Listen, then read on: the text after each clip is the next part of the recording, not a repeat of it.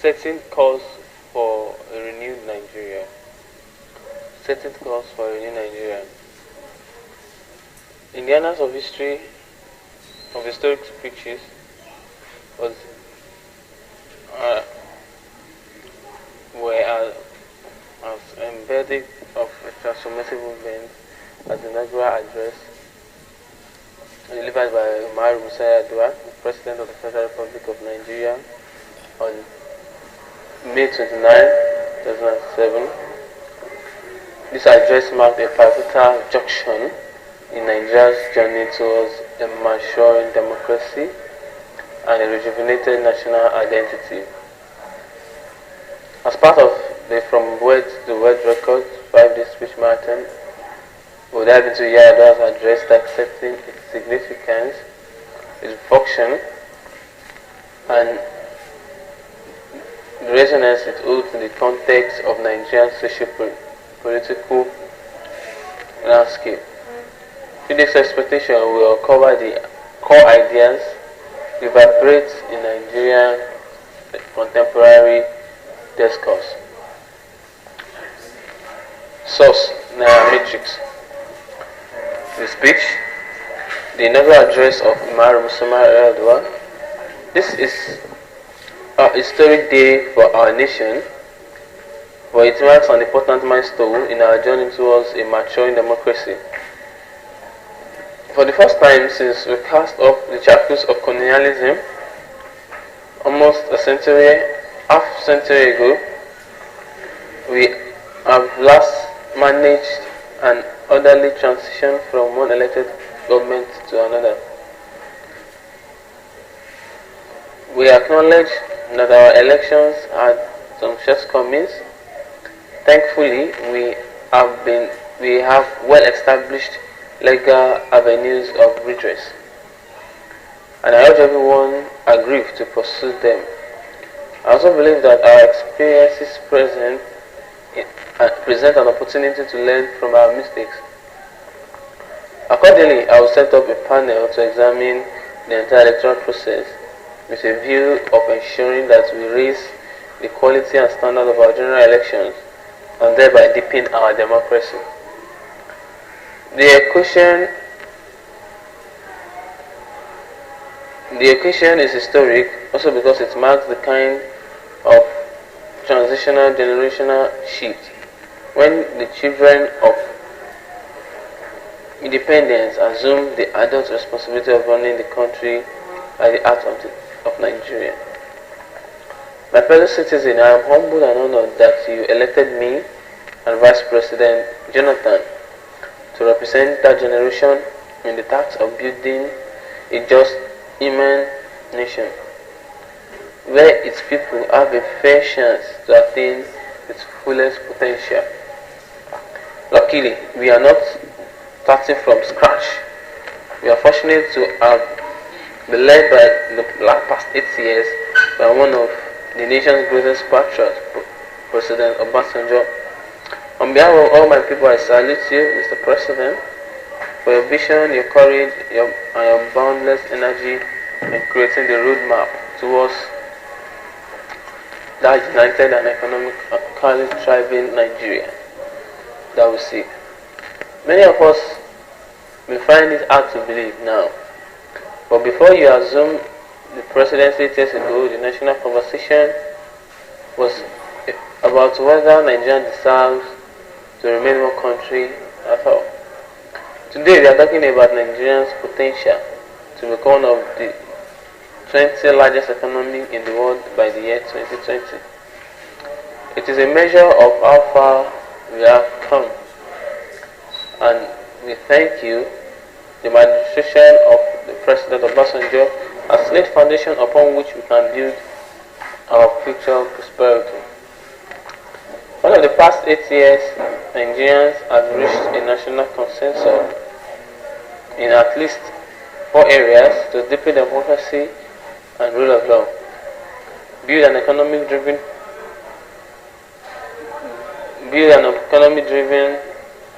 primarily by the private sector and government, displace zero tolerance for corruption, in an or in an knowledge forms and finally restructure and staff our government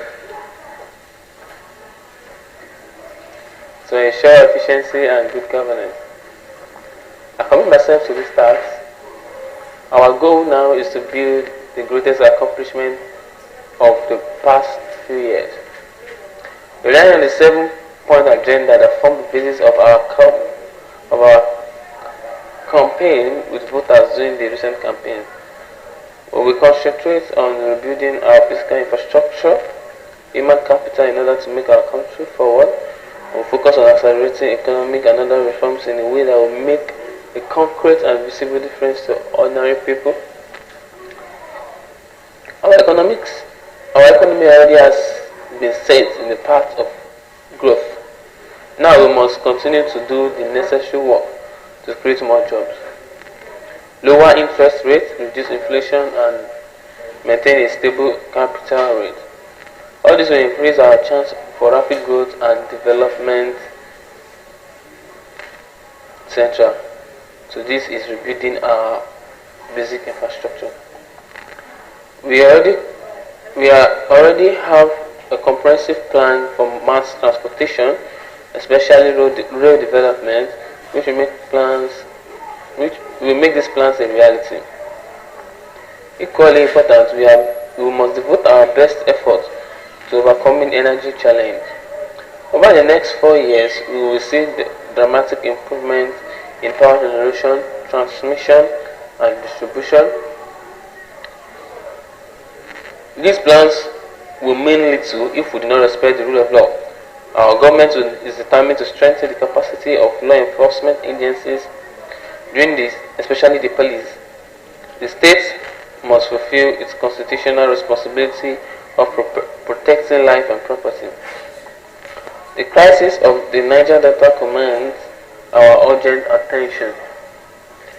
Ending it is a matter of strategic importance to our country. I'll use every resources available to me with your help to address this crisis. In a spirit of fairness, justice, and cooperation, we have a good starting point because our predecessor already launched a master plan that can serve as a basis for comprehensive examination of all issues. We will involve all stakeholders in working out a solution. As part of this effort, we will move more quickly to ensure security of lives and properties. To make investments safe, in the meantime, I appeal to all our communities, groups, and individuals to immediately suspend all violent activities and respect the law. Let us allow the imperative dialogue to take place in a conducive environment. We will work in this manner and we will find a way to achieve peace and justice. As we work to resolve the challenges of the Niger Delta, so must we also tackle poverty throughout the country. By fighting poverty, we will fight disease. We will make advance in public health to control the surge of HIV/AIDS, malaria, and other diseases that hold back our population and limit our progress. We are determined to intensify the work against corruption, more so because corruption is itself central to the spread of poverty. The corrosive effect are too visible in all aspects of our national life. This is an area where we have made significant progress in recent years and will maintain the momentum.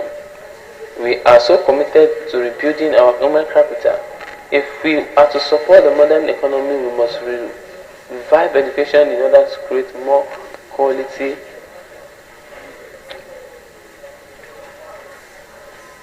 and citizens who function more productively in today's world. To our larger African family, you have your commitment to the goal of Africa integration. We will continue to collaborate with fellow African states to reduce conflict and free our people from the leg chain of poverty. To our friends and the international community, we plead your continued fidelity to the goals and the progress of Africa and the peace of the world. Fellow citizens, I ask you all to march with me into the age of restoration. Let us work together to restore our time-honored values of honesty, decency, generosity, modesty, selflessness, transparency, and accountability. These fundamental values determine societies that succeed or fail. We must choose to succeed. I will set a worthy personal example as a precedent. No matter what obstacles confront us, I have confidence and faith in our ability to overcome them. After all, we are Nigerians. We are a resourceful and enterprising people, and we have it within us to make our country a better place. To that end, I offer myself a servant leader. I am a listener and a doer, and serve with humility. To fulfill our ambition, all our leaders, at all levels, whether the local government councillor or state governor, senator or cabinet minister, must change your style and your attitude. We must act at all times with humility, courage, and forthrightness. I ask you, fellow citizens, to join me in rebuilding our Nigerian family, one that defines the success of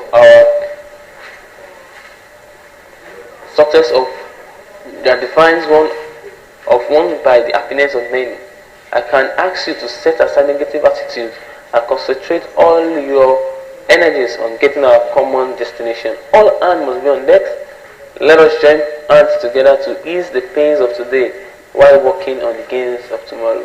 Let us set aside sin and strive for the good society that we know is within our reach. Let us discard the habit of low expectation of ourselves as well as of our leaders. Let us stop justifying every shortcomings with that unacceptable phrase, the Nigerian factor. As if to be in Nigeria is to settle for less.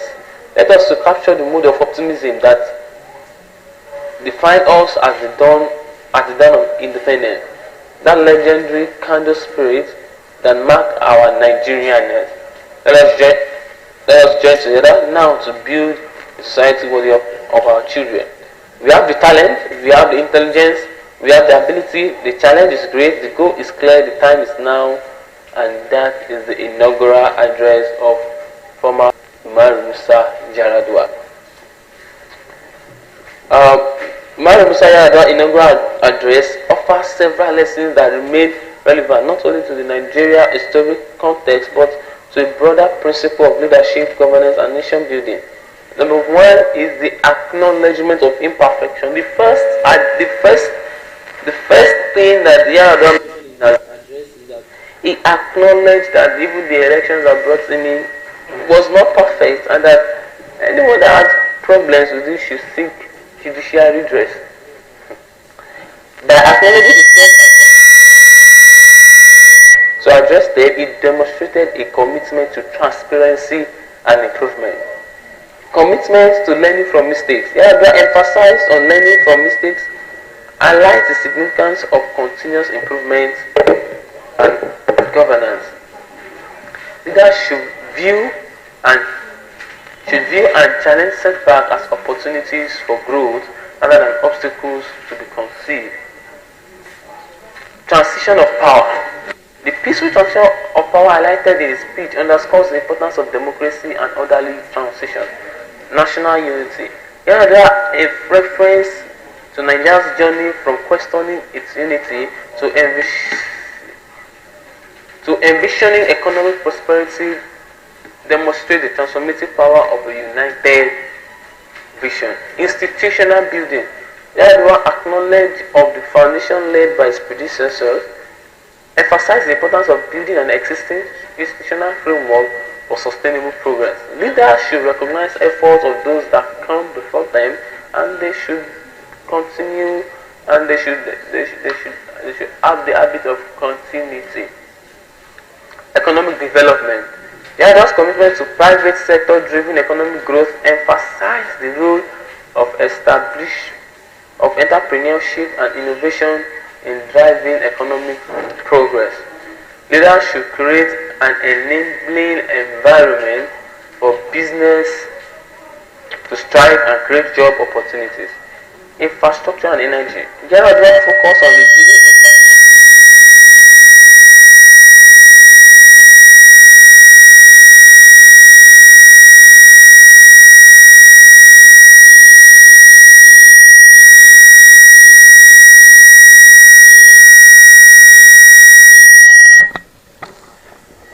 Rule of law. Yar'Adua emphasized on respecting the rule of law, strengthening law enforcement agencies, underscores the significance of just and accountable society. Leaders must ensure that law applies equally to all citizens and that law enforcement agencies are capable and trustworthy. Conflict resolution. Yar'Adua's commitment to addressing Nigeria's Delta crisis through dialogue and cooperation highlights the value of peaceful conflict resolution, anti-corruption efforts. His speech and dedication to fighting corruption as a means to reduce poverty underscores the intricate link between corruption and socio-economic inequality. Investing in education. Yar'Adua's recognition of the importance of education for human capital development emphasized the role of education in building a skilled and productive workforce. Optimism and unity. Yar'Adua called to set aside negative attitude and embrace optimism and unity, highlight the roles of positive thinking. Yar'Adua's inaugural speech holds timeless principles that guide actions in the modern day. There are calls to action driven from this speech. Number one, we should embrace accountable leaders. Embrace accountable leadership. We should foster national unity. We should champion the rule of law, strengthen democratic institutions,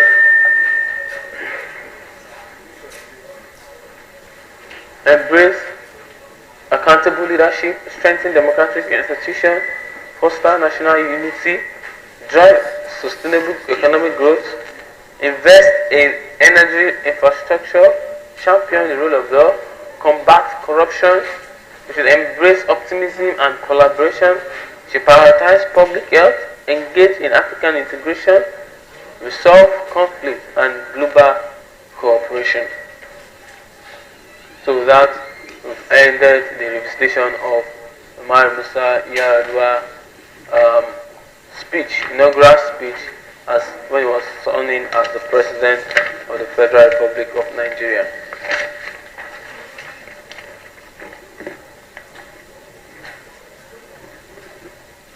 Okay, now let's visit Transitioning Nigerian Destiny. We just read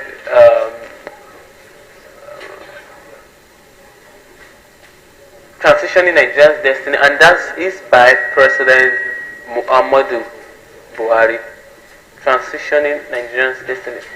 This is a farewell address. We just read the inaugural address by Umar Musa Yar'Adua.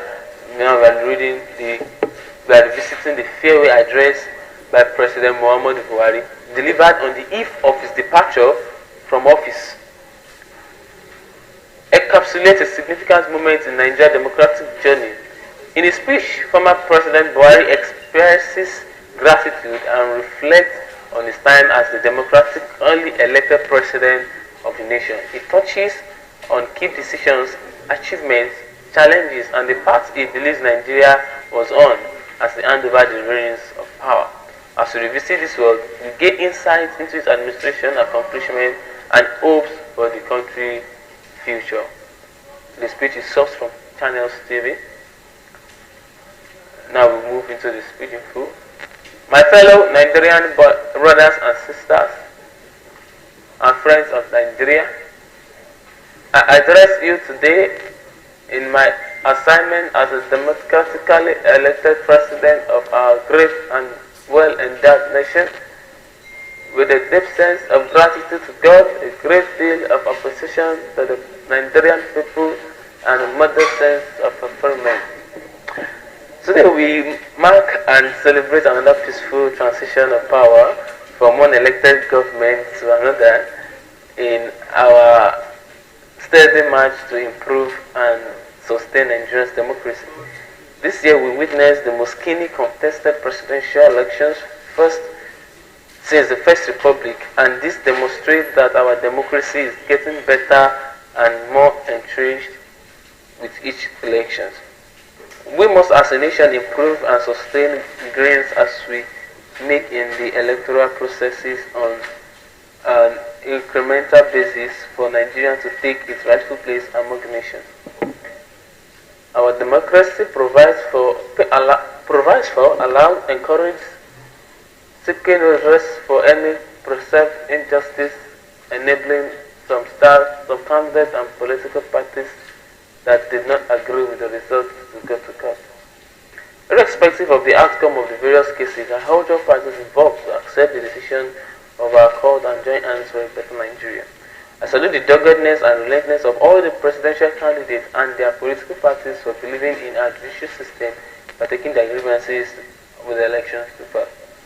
In the course of the campaigns, we had all argued and disagreed on how to make Nigeria better, but we never disagreed or have any doubt that Nigeria will be better.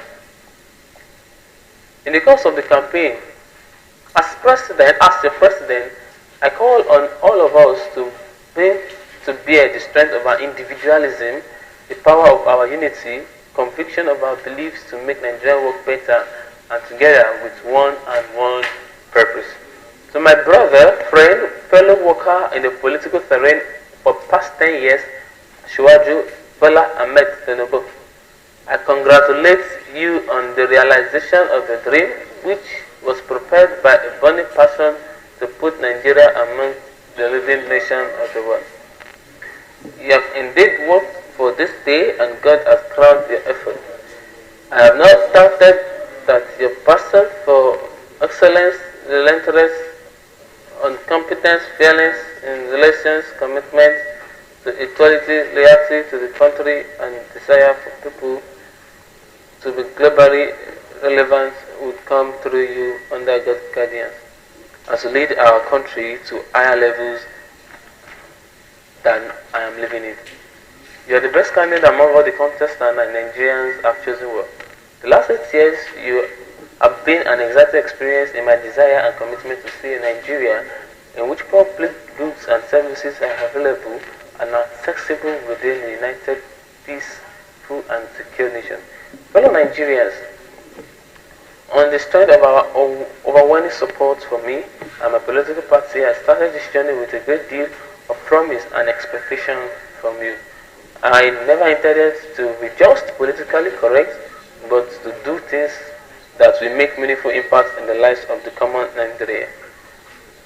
This high expectation is not misplaced because, like the ordinary Nigerian, I have grown tired of watching the country progressively move away from the path of correctness. To ensure that our democracy remains resilient and our elected representatives remain accountable to the people, I am leaving behind an electoral process which guarantees that vote counts, results are credible, elections are fair and transparent, and the influence of money in politics reduced to the barest minimum. And Nigerians can elect leaders of their choice.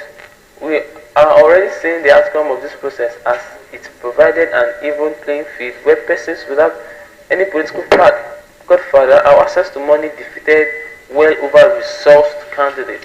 The Nigerian economy has become very resilient due to the various strategies put in place to ensure that our economy will remain afloat during the cases of global economic downturn.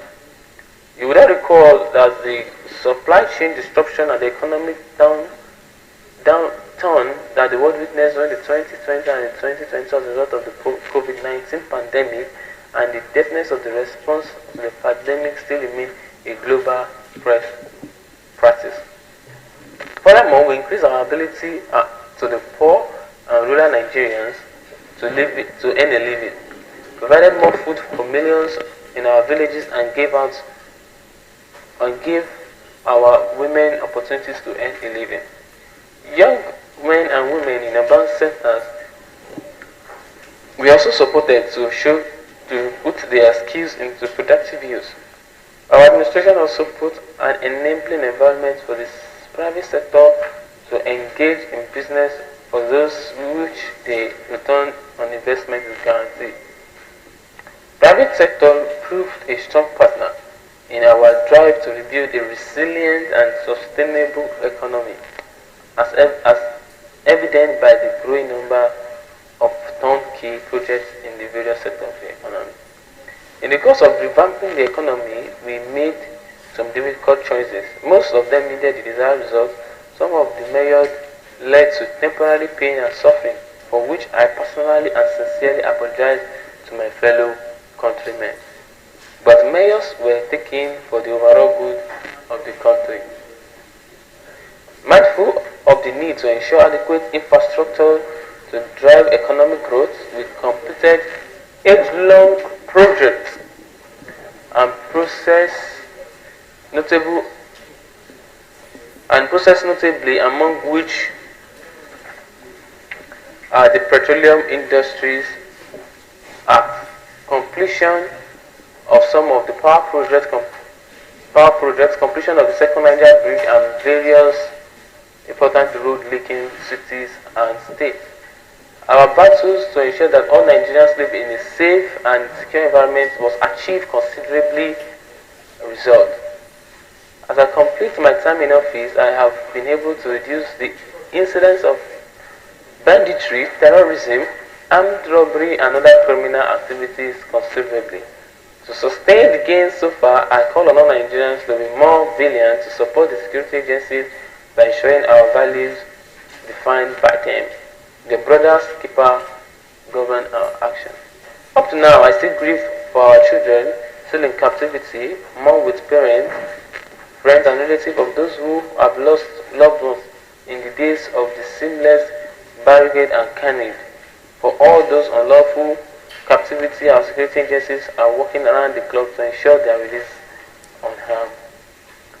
Fellow Nigerians, you know how dear the desire of my heart is to get rid of the country of corrupt practices that had consistently diminished our efforts to a great country. I did pursue this commitment relentlessly in spite of the expected pushback. I am happy that considerable progress had been made in the repatriating sums of money back to the country and taking over properties illegally acquired from our Commonwealth. To improve service delivery, we began the implementation of a number of reforms aimed at producing an efficient, productive, incorruptible, citizen-oriented federal civil service, and the results are beginning to show. At the international scene, Nigerian influence continues to grow as exemplified by notable Nigerians occupying headship and leadership positions in renowned global bodies. Our democracy is built and continues to thrive on the principles of separation of power. The leadership and members of the National Assembly deserve my appreciation for their patriotism, which did not distract from their roles as to check the executive arm. I also want to use this opportunity to express my appreciation to a good number of Nigerians who provided their support and encouragement to help me navigate the exciting journey of moving Nigeria forward. I cannot and will not forget the millions who prayed for me during my illness in my first time in office. I am constantly praying for you and for Nigeria to strive in peace. I retire home to die of Christina. I feel well fulfilled that we have started the Nigerian rebirth by taking the initial critical steps, and I am convinced that in coming administration will quicken the pace of this work to see a Nigerian that fulfills its destiny to a great nation. I am confident that I am leaving office in Nigeria better in 2023 than in 2015. I thank you all, and may God bless the Federal Republic of Nigeria. That was President Muhammadu Buhari's farewell address, and over some lessons. Gratitude and humility. The President expressed his gratitude to the Nigerian people and his acknowledgement for support for voting him twice. Democratic transition. We also learned that the peaceful transition of power highlighted in the speech emphasized the significance of upholding democracy. In the speech, according to the president, his government was very accountable and he followed the rule of law. According to the president, his administration experienced national unity, infrastructural development, anti-corruption efforts were put in place, as well as global engagement and national security and stability was achieved in his government, according to him. The legacy and continuity, the President Buhari's reflection on his time in office emphasized the significance of leaving a positive legacy for the country. Leaders should focus on achieving meaningful progress during their tenure. Hope and optimism.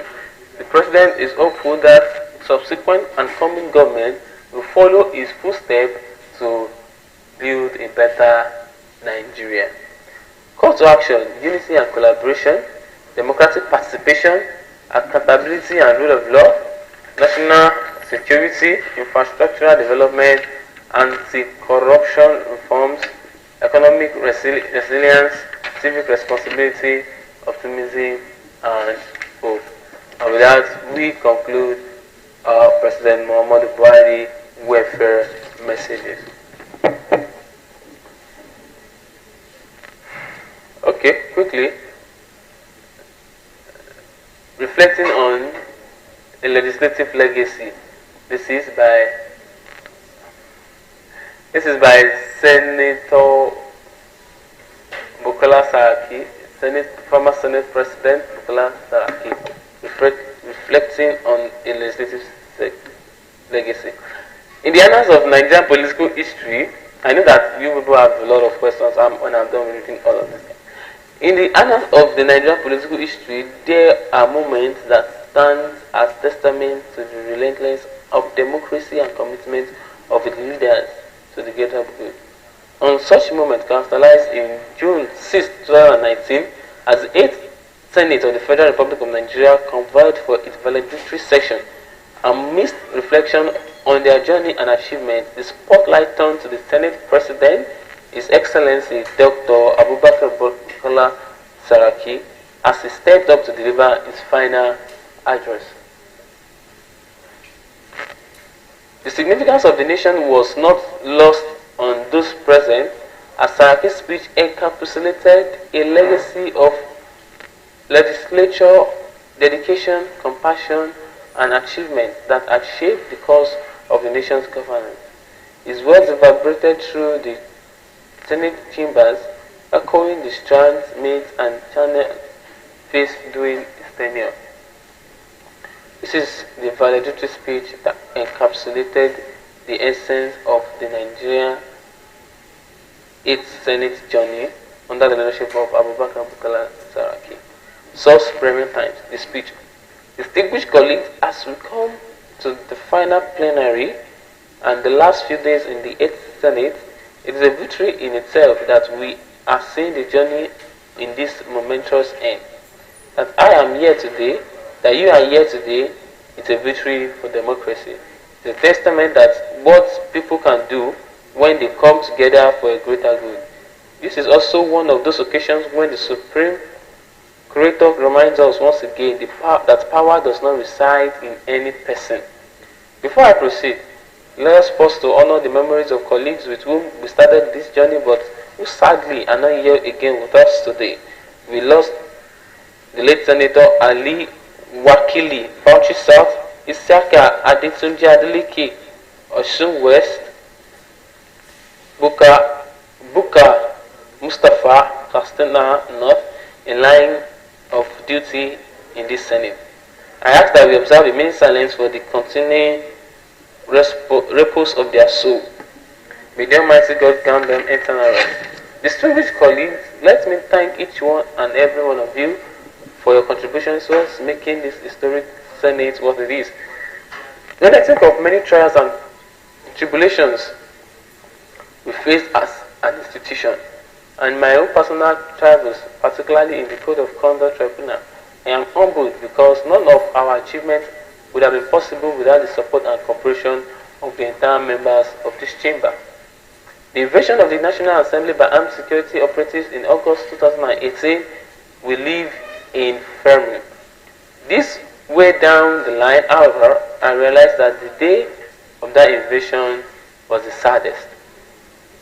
But in many ways, it was also a good day for asserting the independence of the legislature and the triumph of the democracy. It also turned out to be a showcase of the special relationship between this chamber and the House, as honorable members stood in unison with the Senate colleagues in defense of the intruders.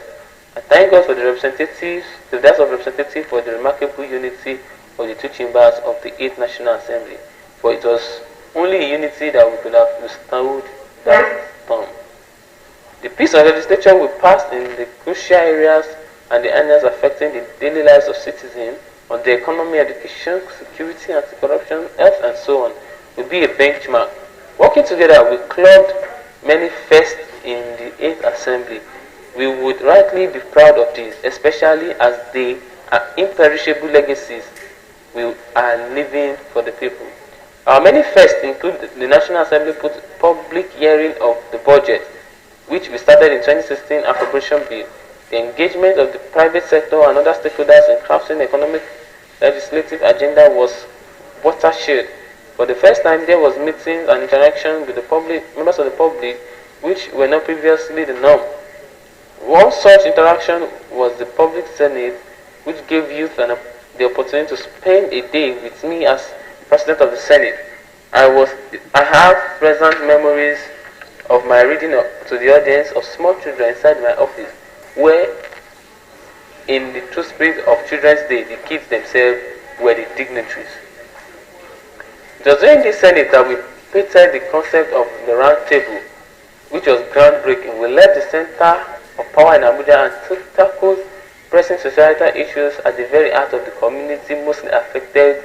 Notable among these was the Senate Roundtable on the drug use crisis held in Kano in December 2017, and the one on immigration and drug trafficking in Benin City 2018. At both events, we not only dialogue for solutions with the relevant government agency, international partners, and community leaders, we heard from the victims themselves. In Kano, we heard of the harrowing story of Zainab, a recovering drug addict. In Benin, we listened to the account of a young woman who was rebuilding her life after being trafficked to Russia for sex trade. We heard about Victory who has been sold into slavery in Libya, who let their people know that their voice counts. Indeed, the voice of every Nigerian counts, and the 8th Assembly lent its ear to them. We were alive to the responsibility of those who we serve. We engaged with them in their own terms. It should be a matter of pride to all 109 senators to their own offspring that in this chamber we put humanity first. I will always be proud of the humanities of the 8th Assembly. Ours has been legislature with the human face, personal touch moved by the milk of mankind. Whenever situation demanded, we left the imposing edifice of the National Assembly to reach out to the people on the street. We showed that the Parliament belongs to the people and that there should be no barrier between lawmakers and those that they represent. One of our major acts upon inauguration was the Senate visit in August 2015 to Maiduguri, Borno State. The first ever National Assembly delegation to see first-hand in the living condition of thousands displaced by insurgency. A senator from the south moved the motion that led us to Maiduguri, one of the many times we showed the world that senators act as Nigerians first and not as Southerners or Northerners. 3 senators representing Borno State were among the delegation on that memorable visit as we were called to chew on the chew of Borno to assure them that rebuilding the North-East was high in our agenda. We visited the IDP camps, spoke to the people, carried their babies, comforted them, letting them know that their being was priority to the Senate. Today, the North-East Development Commission is a reality, and the people are being resettled in their normal lives. Bornu was by no means only spotlight for the condition of our people in the IDPs. We visited King Goro IDP camp in Abuja during the holy month of Ramadan in 2017 and donated essential supplies to humanities while assuring them of our commitment to getting them back to their feet. A year later, we were at Abajina IDP camp in Borno State. Instead of bringing the children to Abuja for Children's Day, we went to the Children's in Borno State. We gave assurance that we would build and work already on the ground by the Senate Ad hoc Committee on Review of Security Infrastructure to bring an end to the killing and restore peace in the state. There were many moves encountered with Ali Modu, the 6-year-old Boko Haram victim for Chibok. Our journey no boundary in return, walking and smiling after life-transforming surgery in Dubai. Little Ali from Chibok was one of the many individuals whose life was directly touched by the 8th Senate. We stood with families and communities throughout this country in times of trouble. I remember the case of Linda Igotu, the NYC Corp member killed by a SAS operative here in Abuja. On behalf of the Senate, I placed a call to our sister to offer my condolences and speak to the need for justice on the matter. When Mrs. Eva Amadi tragically died at the NYC residential camp in Ilorin, Kwara State, we as the Senate were there to condole with those grieving and lost. We made donations towards the renovation of the facilities of the camp and for topping up the medicine supply to ensure health and well-being of the corps members were there. Every single Nigerian life matters, and we demonstrated that in the symbolism and actuality of our actions at that time. When Nigerians cried out for help, we did not turn deaf ear. Many people will remember the cases of Mrs. Monica Asage, who accused a lecturer of demanding sex from her.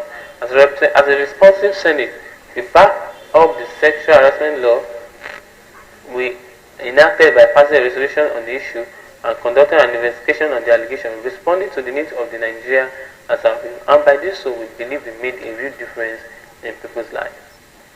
Where there is contention or strife, we were agents of peace and helped find a way forward.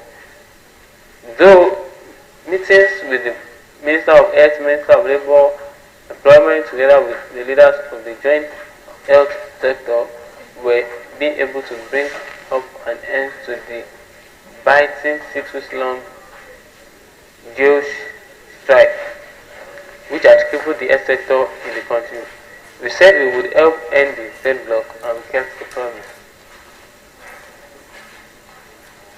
A Senate resolution was the critical factor in ending the 2-year impasse of the Ladoke Akintola University of Technology LAUTECH in Ogbomoso, which had kept the 34-year-old stroke student in limbo due to the closure of the institution. The student was able to resume their education in September 2017 after promised care.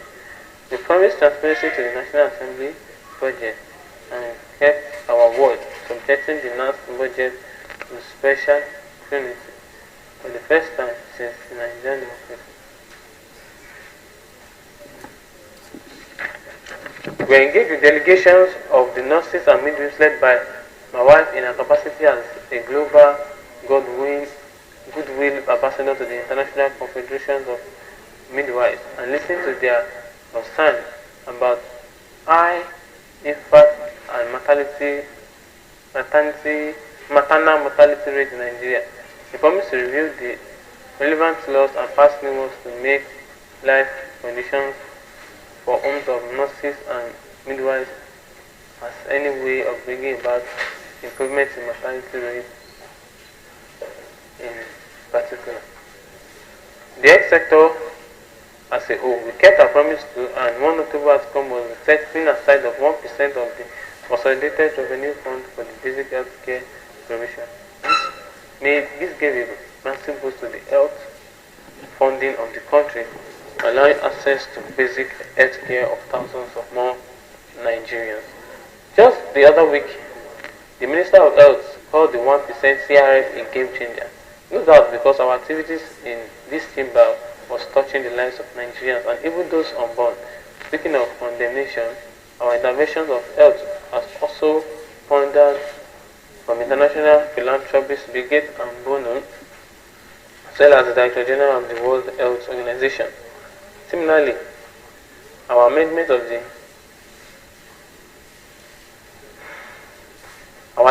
the Universal Basic Education Act guaranteeing the free education for child 9 to 12 won praise from the educational rights activist and Nobel laureate Malana Yousafzai. Since still on promises kept, we were at the Made in Aba Trade Fair held in Abuja in 2016, and that was where the springboard of registration, the Public Procurement Act Bill, in fulfillment of our vow to infrastructure and the trade. We maintained the focus of Made in Nigeria initiative, which saw the Nigerian Army ordering 50,000 pairs of boots from Aba manufacturers that same year. We cracked the code of several bills that eluded Senate before us.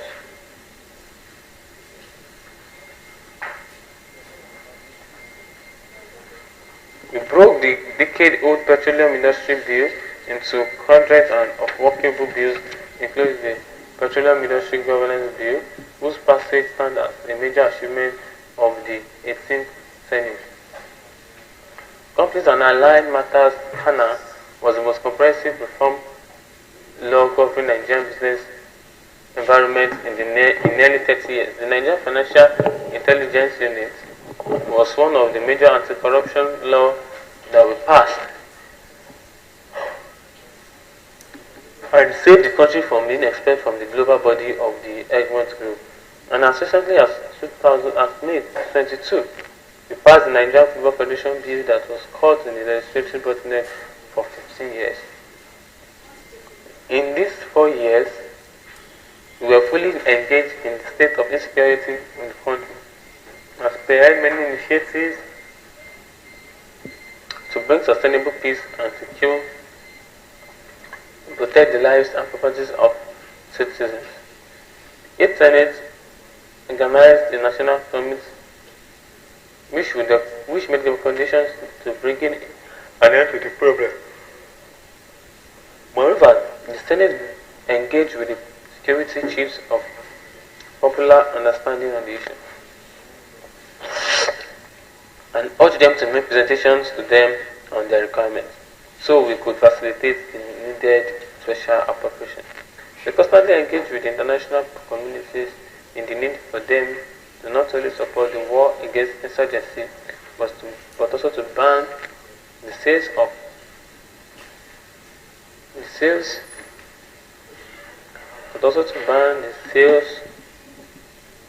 of arms to Nigeria. Senate had to cut short one vocation in order to receive a U.S. congressional delegate and persuade them to the need to embark on the PDP for lifting of the arms sales ban for some effective counter-insurgency strategies. In every turn, the Senate utilized every opportunity to courtesy visit, foreign visit, participation at international conferences and meetings to rally support power behind the fight against Boko Haram and the need to bolster the arms, equipment and training capacity of Nigerian security forces.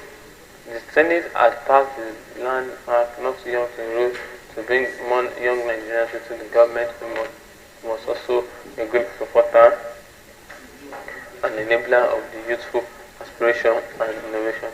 We met with the members of the Not Too Young to Rule movement and promised to do our bit to help realize their dream of assuming the mantle of leadership. The resultant law opened the pathway for the inclusion of fresh young men in the 2019 election and a victory for participatory politics and democracy. The 18th Senate has been there for the 8th Senate has been there for Nigeria of every social class and in every field in Nigeria. It gives me a sense of fulfillment to know that we did something worthwhile in the validated, and as we say all the things we have done, we must also reflect and candid enough to acknowledge the things that we didn't do. It is my hope that the 9th Assembly will improve on our performance and deliver on those areas that we were not quite able to touch. It's also important that we make comments about the legislator-executive relationship. My own take is that if the executive sees the National Assembly work on the budget as interference despite the provision of the Constitution, then it will continue to be problems between both arms of government. The presidency refused to give arrangement and consultation with the leadership of the National Assembly before the president submits the budget to the legislature, then it will not continue to be friction. If the executive sees the failure of a few of the appointees to secure confirmation by the Senate as a disagreement, then the relationship will not improve. Next point, I would like to express my gratitude to the Deputy Senate President A.K. Nkrumah. This show will be kind to you and Providence will shine on you. I'm sure you will never thought you will be the Deputy Senate President in an APC majority parliament, but it happened. Nobody made you the Deputy Senate President of the Senate. The Almighty willed it.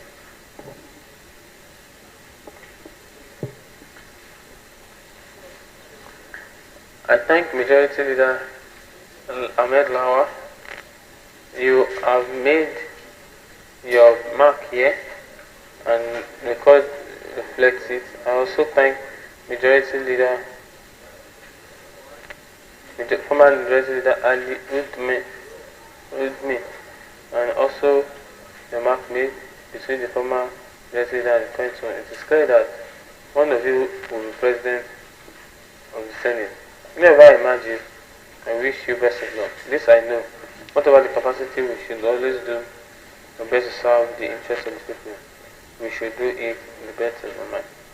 I do not forget to pay tribute to my predecessor, the distinguished Senator David Mark, for his quiet dignity and fine example for all of us. Thank you for the strong and purposeful Senate leadership that has led us through the guidance of this chamber. I thank the Clerk of National Assembly, Mahmoud, who aimed the Parliament's administrative admirably, the Chairman Committee of Ethics Privileges.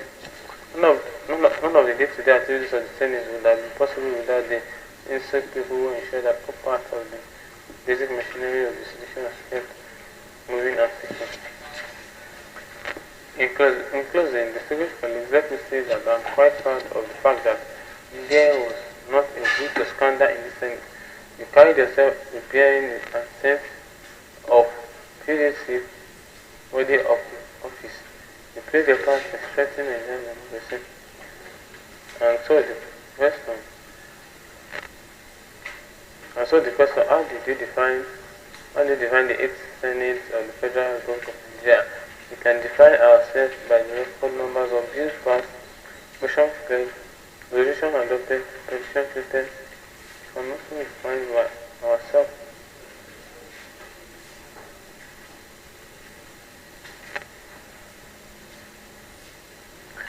For some of us, sacrifices are still being made, owing to the failures of some of the decisions taken. I have no regrets because, as first among equals, we bear collective responsibility for this decision. As a leader, however, take responsibility, the buck stops with me. In doing what we all did in Nigeria, we always used to believe that poverty means no passing. We came together in a response to the needs of the Nigerians as a whole, and we got the job done. It will be said of us that we were truly representative of our constituents as we concluded the last plenary and a few more days of the 8th Senate. Therefore, we should nurture the relationship we have built. Once again, I thank you for your support to me in this position. Therefore, above all, I thank Nigerians for the great privilege to serve as the President of the 8th Senate. It was my life goal to serve Nigeria, and I shall serve her always in whatever capacity. Thank you all. Bukola Saraki valedictory speech from the 8th Senate. So lessons that can be learned from the speech: leadership through unity. Saraki acknowledgement of the Senate achievement underscores the power of unity, the Senate's commitment to service, inclusiveness and representation, legislation with impact, leadership transition and continuity, problem solving and crisis management, transparency and the 8th Senate was to some extent problem solving, legacy of positive impact. Call to action: promote unity and collaboration, serve with integrity and accountability. The 8th Senate tried in their best to serve with integrity and accountability. They engage and listen. They champion transparency and openness, focus on the open budget, public review of the budget, before and the passing.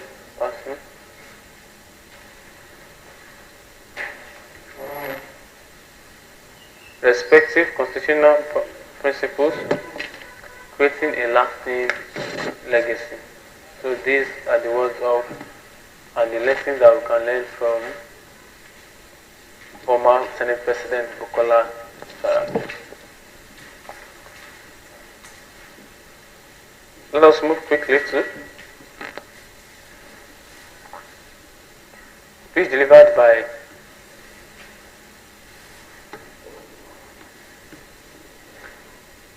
delivered by Major General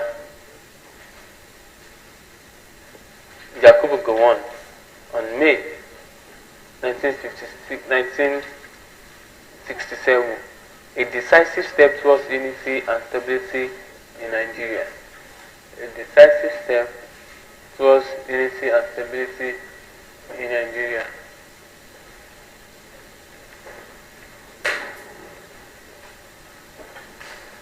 The speech delivered by Major General Yakubu Gowon in 1967 marks a pivotal moment in Nigerian history, addressing an extremely grave crisis that had engulfed the nation for many 18 months.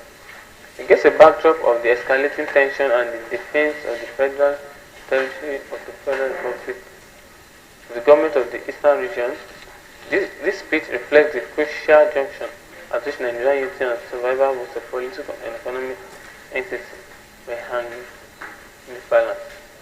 In this address,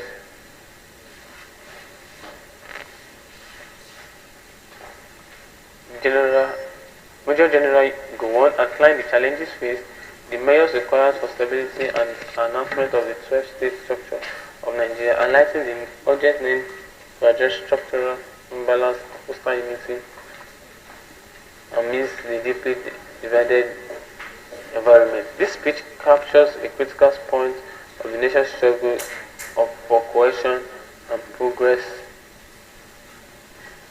providing insight into the decisive action taken by the leadership to steer the country towards a more sustainable future. Source of the speech: Vanguard newspaper. Speech. Countrymen, as you are all aware, Nigeria has been immersed in this extremely grave crisis for almost 18 months. We have now reached a most critical phase where we are at the stake of the very survival of Nigeria as a political and economic unit. We must rise to the challenge, and what do we do? We must rise to the challenge, and what do we do to the next few days will be decisive. The whole world is witness to the continued defense of federal authority by the government of the Eastern region, the destruction of the railway, the co-operation, the normal operation of the Nigerian port,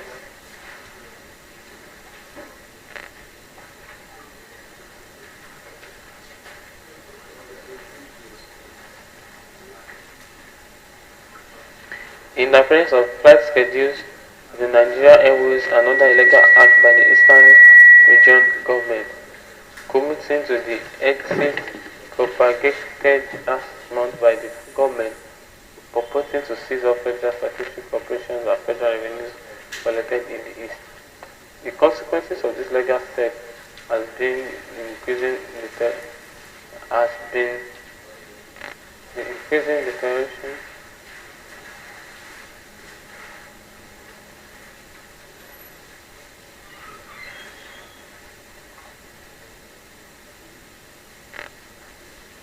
The consequence of this legal step have been the increased deterioration of the Nigerian.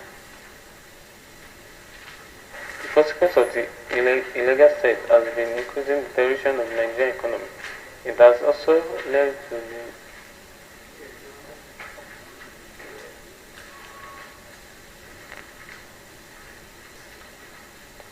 In the face of all of this, I have shown great restraint, hoping that through peaceful negotiation, a solution acceptable for all sections of the country can be found. Fortunately, the hopes of myself and other colleagues of the Supreme Military Council have been disappointed by the ever-increasing campaign of aid by the governor of the Eastern Region, Lieutenant Colonel Ojukwu, who consciously increased his demand as soon as some were met in order to perpetuate crisis and lead the Eastern Region out of Nigeria. We know very well the tragic consequence of such a misguided step. Not only will the regions themselves disintegrate further, but then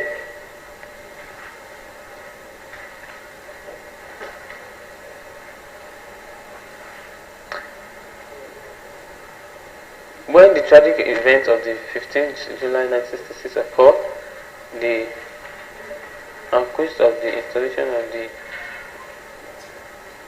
of a military regime.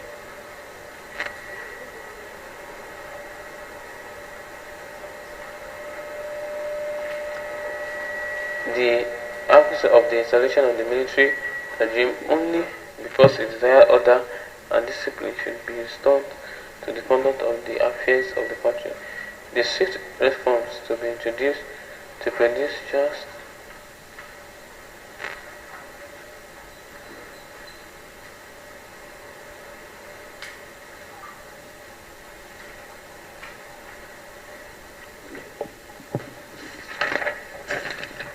the citizens of this country have not given the military regime any mandate to divide up the country into the Soviet states, and to purge them into blood disaster. I have warned before, my duty is clear.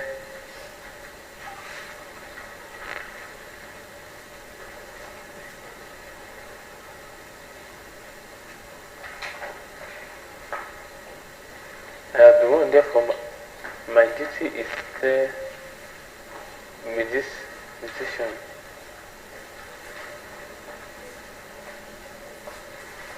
I have warned, therefore my duty is clear with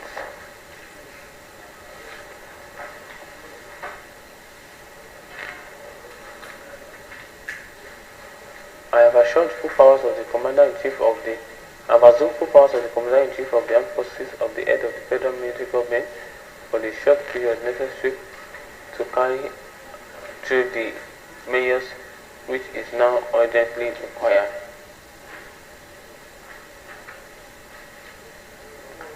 In this emergency period of emergency, no political statement in the press or the radio and the period.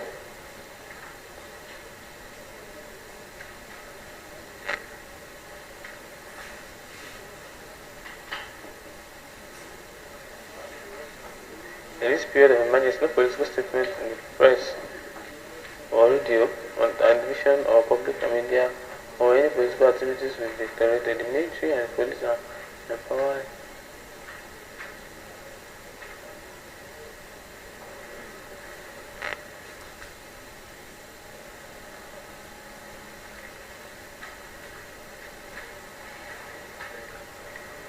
You all know that one-third of the entire falling stock of the Nigerian Railway, including 115 oil tankers, have been there, and that the services of the Eastern District of the Nigerian Railway has been completely disrupted.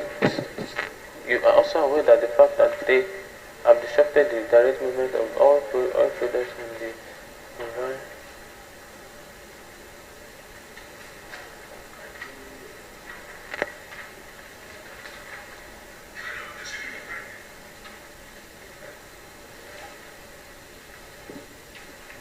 To this end, to this end, I agree with my other colleagues on the Supreme Military Council to propagate the decree of the Decree number 8, which completely decentralized the government of this country and even went further than the Republican Constitution as it existed before in exchange.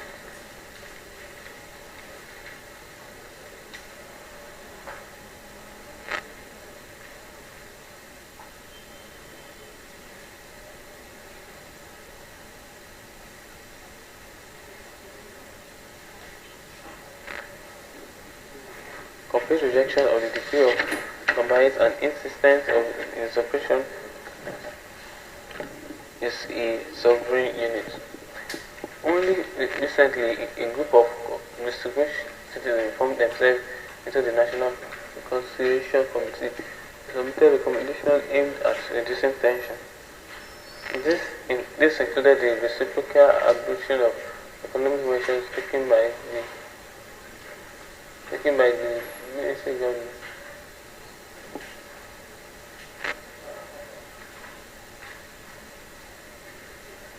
The response of the East has been completely negative, and they are continuing their propaganda and stage-managed constitution of independence. Fellow citizens, I recognize, however, that the problem of Nigeria extends beyond the present misguided actions of the Eastern region government. My duty is to all citizens and people to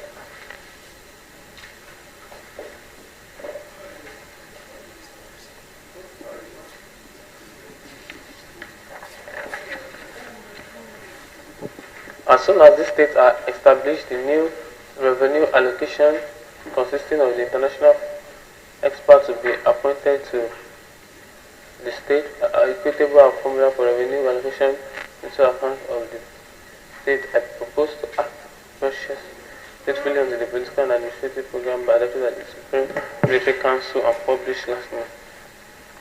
The world will recognize in this proposal our desire justice and fair play in all actions in this country to accommodate all aspirations and diverse people in the state.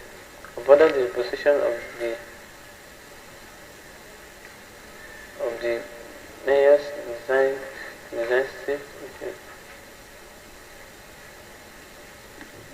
the fears of the minority and then to ensure justice, these states have been treated simultaneously. To the end, therefore, I am propagating a decree that will divide the Federal Republic into 12 states. The 12 states will be 6 in the present North region, 3 in the Eastern region, Midwest will remain as it is, and the colony province of the Western region and Lagos will form a new Lagos state, and the Western region will otherwise remain as it is. I must emphasize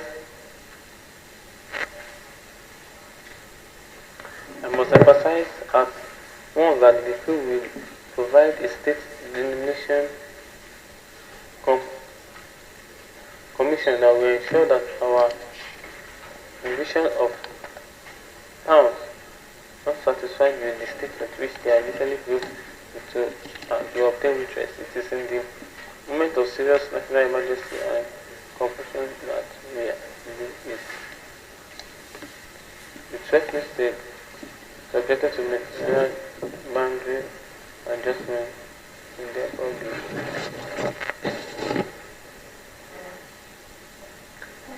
North-Eastern State Corporation Borno, Adamawa, Sadore, and Bauchi Province, Borno, Plateau State Corporation Borno, Plateau Province, Lagos State Corporation Economy Province, and the Federal Territory of Lagos Western State Corporation Western Region, but excluding the colony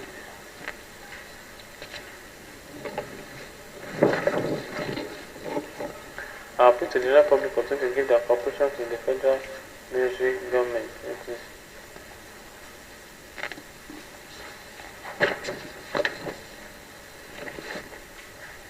since directives are for their own protection and their own interest, let us therefore march meaningfully towards to act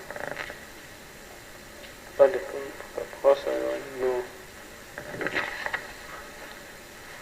Let us also act that future generation of Nigerians will praise us for our resolution and courage in the stage in this critical stage and for the country's history. Long live the Federal Republic of Nigeria. So these are the speech from May 1967 of General Yakubu Gowon. Importance of effective leadership in crisis management, unity and national identity, negotiation and dialogue even there should be a place for negotiation and dialogue even when there's crisis. Respect for rule of law. Communication and public engagement. And that we should engage in constructive dialogue. Learning from Gowon's willingness to engage in dialogue, modern leaders and citizens should prioritize open, respectful, and constructive dialogue. Promote the nation.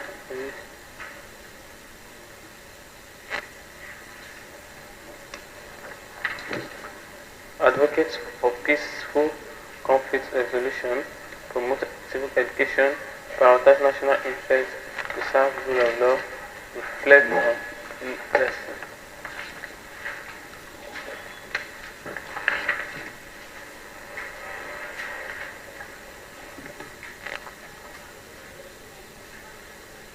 Towards a just and compassionate world, Imam Khan had towards a just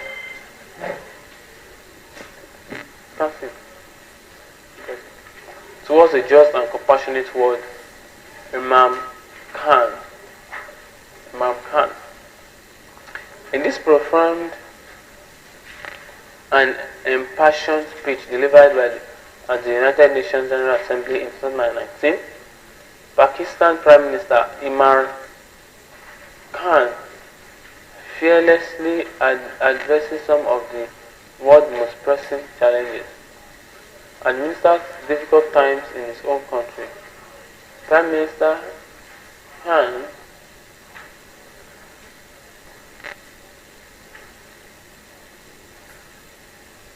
Prime Minister Imran Khan fearlessly addresses some of the world's most pressing challenges and meets difficult times in his own country.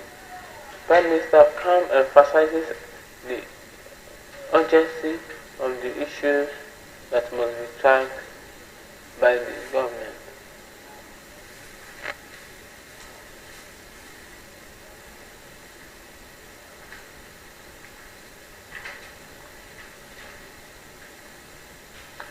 For the imminent threats of climate change and the devastating impact of corruption in developing countries and the rising menace of Islamophobia, it presents a comprehensive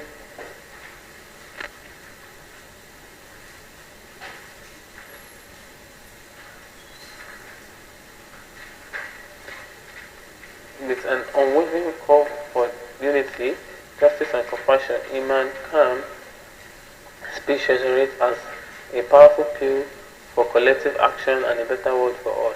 Let us dive into the words of this remarkable leader as we are reminded of the shared responsibility we have to address issues and address better future for humanity. Source: Business Recorder.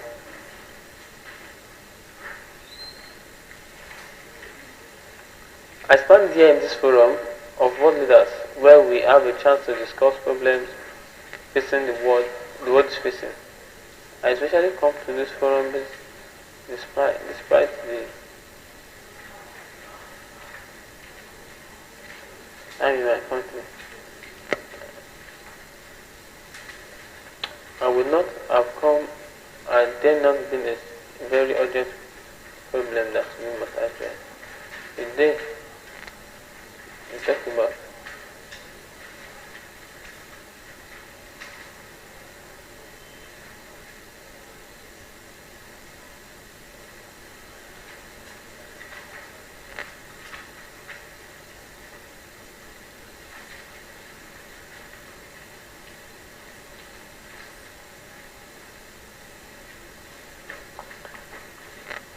first, let me talk about climate change. I have seen a lot of leaders talk about this, but I did not see leaders really, I'm not seeing what leaders really realizing the urgency of the situation. We have a lot of ideas, but as they say, ideas done without funding is rare hallucination. Pakistan is among the top 10 nations in the world affected by climate change. We depend on our rivers and are mainly in agricultural country. 80% of our waters comes from the glacier, and these are drying up at an alarming pace. We detected fighting glacier lakes in our mountains, but nothing is done. We fear humans are facing a huge catastrophe. In KP, the province of Pakistan, we planted 1 billion trees in 5 years. Now we are targeting 10 billion trees, but one country cannot do anything. There has to be a combined effort of the world. My opinion comes from the fact that Almighty God has given humans grace, power. We can do great things, and there I want the United Nations to take the lead in proclaiming this way. Which countries have contributed the most to greenhouse gas emission must be held accountable.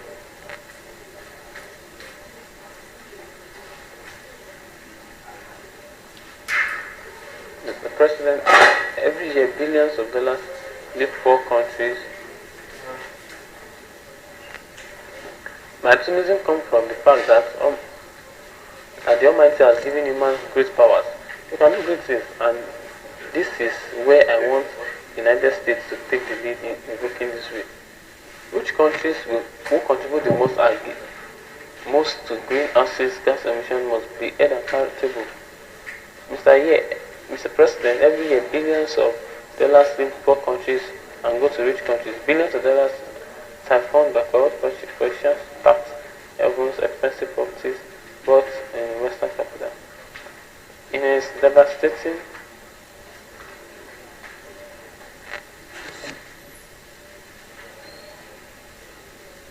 corruption is supervising the developing country. Difference between rich and poor countries is growing due to this.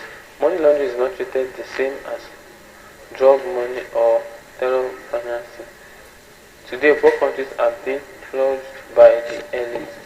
In my country, when I took it of the government,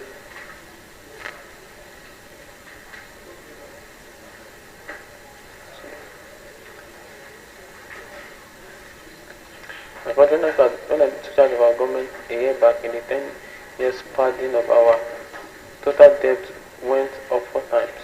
As a result, the total revenue we collected in 1 year, half of it went into debt services. How will we spend on our 222 million population with our money has been plunged by the ruling elite, and when we located properties of these corrupt leaders in the Western world, we find it so difficult to retrieve it. If we retrieve the plunged money, we will spend it on human development, but they are lost protecting these criminals. They don't have the money. Without the money to allow leaders worth millions of dollars. The rich countries must show political will. They cannot allow the fight for capital from poor countries through corruption. How can poor countries meet the United Nations SDGs when money for human capital can easily leave our country? There must be a deterrence. The corrupt ruling elites must not be allowed to take money out and pack it in tax havens. Why is it legal to have tax havens where you have this secret account.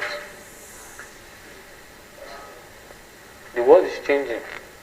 If the poor get poorer and the rich get poorer, there will be crisis soon. It will lead to a major crisis. The World Bank, the IMF, and the Asian Developing Bank must find a way to stop this problem.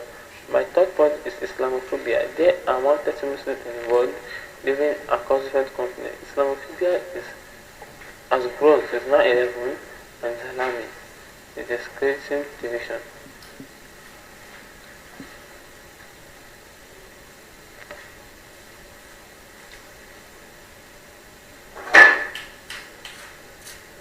Muslim women wearing hijab has become a problem. It is seen as a weapon. A woman can take off her clothes in some countries, but she cannot put more on. Why has this happened? Because certain Western leaders equated Islam to terrorism. What is Resida Islam? There is only one Islam, and it is the Islam of Prophet. Why is there Islamophobia? How will an average American differentiate between a moderate Islam and a Residian Islam? This is nothing to do with our religion. We have faced Islamophobia by traveling abroad, and in European countries we have marginalizing.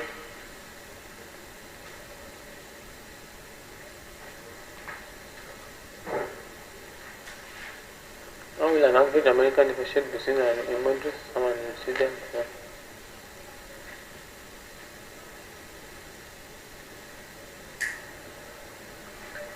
We have faced Islamophobia while traveling abroad, and the European countries have been marginalizing Muslim communities, and marginalization creates room for and leads to racialization. My point here is that we must address this post 9/11 war against Residian Islam.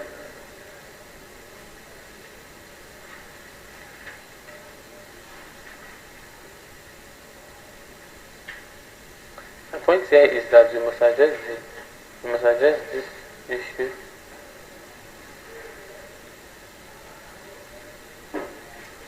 Unfortunately, the Muslim leaders are not.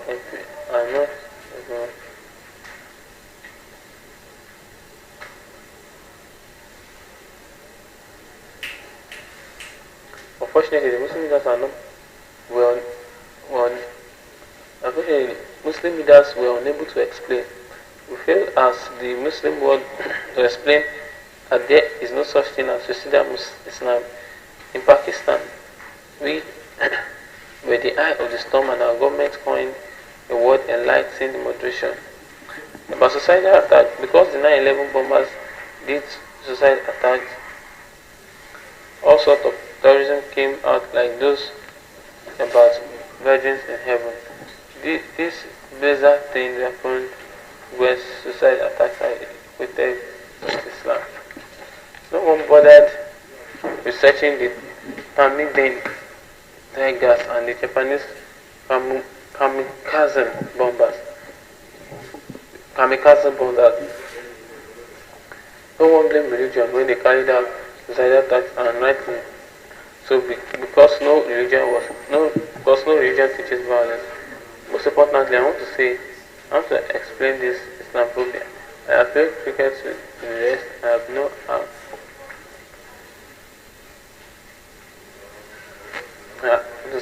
I want to explain this Islamophobia. I play cricket in the West. I know how the Western mind works. One of the reasons for Islamophobia in 1989, this book was published, maligning, riddling our prophet, The West would not understand what was the problem. They don't look at religion the way that we do, and so the eye do not see.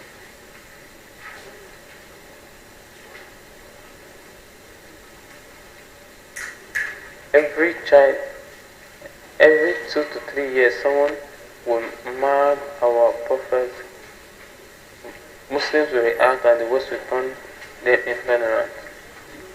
The Muslim could not understand. I blame some people also provoked Muslims.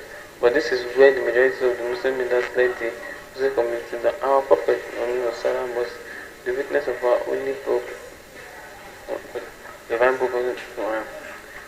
The Prophet is the day where we went up created the state of Medina, which was the welfare state. And hear such things about Medina.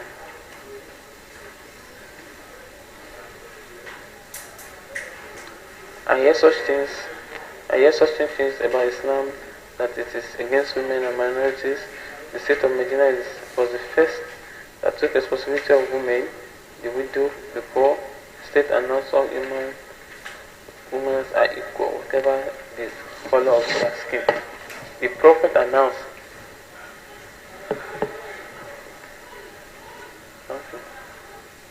I can't see it. The Prophet announced that one of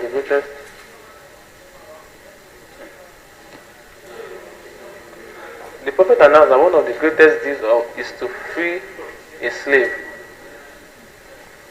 One of the greatest deeds is to free a slave, but if you have to treat them as an equal member of the family, and as a result, the unprecedented happened. Slaves became king and slave diversity reform. Again, with minorities, the Islam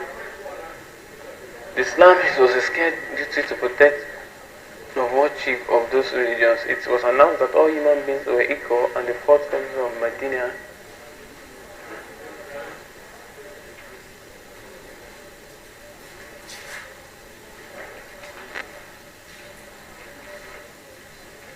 when Muslim communities is unjust to a minority, it is going against the teachings of our religion. Our Prophet lives in our heart, and when he is mad, it hurts us. I always imagine what I would say and educate the world about Islam if I ever stood in this forum. In Western society, the Holocaust is treated with sensitivity because it hurts the Jewish community. So that's the same spirit we ask for. Do not hurt our sentiment by manhandling our holy prophet. That is all we ask. Now I want to move to talk about Kashmir. When we came into power, my first priority was that Pakistan would be a country that would try its best to bring peace. During the war in terror, Pakistan went through one of the worst methods. Lost 70,000 people in war, $150 billion to our economy. During the war against the Soviets in the 1980s, Pakistan trained the Mujahideen at the best of their Americans. Soviets called them terrorists, Americans called them freedom fighters. Soviets left, US packed up. Come 9/11, now we have to join the US and tell the same military people that not now. This is not a freedom struggle but terrorism. They saw us as collaborators. It became a nightmare and they turned against us. 20,000 Pakistan lost their lives due to the Pakistan war that had nothing to do with no Pakistan was involved in 9/11. So when we came into power, we decided to disband all militant groups. It was a decision taken by all political parties. I know that India keeps saying we have militant organization, but I invite you and observers to come and see for yourself. Secondly, we started mending fences with Afghanistan, Iraq, and then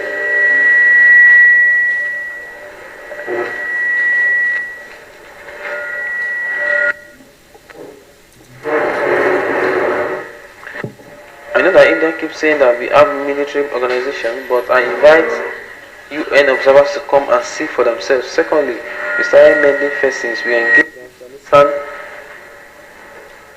Iran, and then in India. Let me tell you that my relationship with India, because of cricket, which is followed with great passion, and in subcontinent, I had great friends in India, and I've always loved going to India. So my first move was to reach out to Modi, and I would say let's work our differences, leave our past behind, and our priority should be our people. have similar problems: poverty, climate change. Highest number of people reside in subcontinent. In on zero response from India, we thought we should wait till the Indian elections since BJ is a national party. Meanwhile, the Kashmiri boy eradicated from Indian forces blew himself up in the India every. Immediately, India blamed Pakistan. I told them to give us any proof, and with the act, we had we had actually proof of Indian intervention in some terrorist attack in our Baluska province. We even caught their spy, Kuba Iskid, who admitted to crimes. Instead of sharing proofs of any Pakistan-led movement to the Pawama attack, they tried to bomb us. We retaliated, we captured their plots, but returned him to the next day because we did not want the situation to escalate. On the election campaign, Mr. Modi used them like, this is just a thriller. The movie is yet to come. We thought post-elections we would go back to a normal relationship, but that was not the case. Post-elections, we realized Indians are trying to push us to the FATF package and economically isolate us. That's when we realized that there was an agenda. And when the revolution of the Articles 370 happened, which used to give Kazem special status, they escalated the number of troops in Kazem, 8 million people under curfew.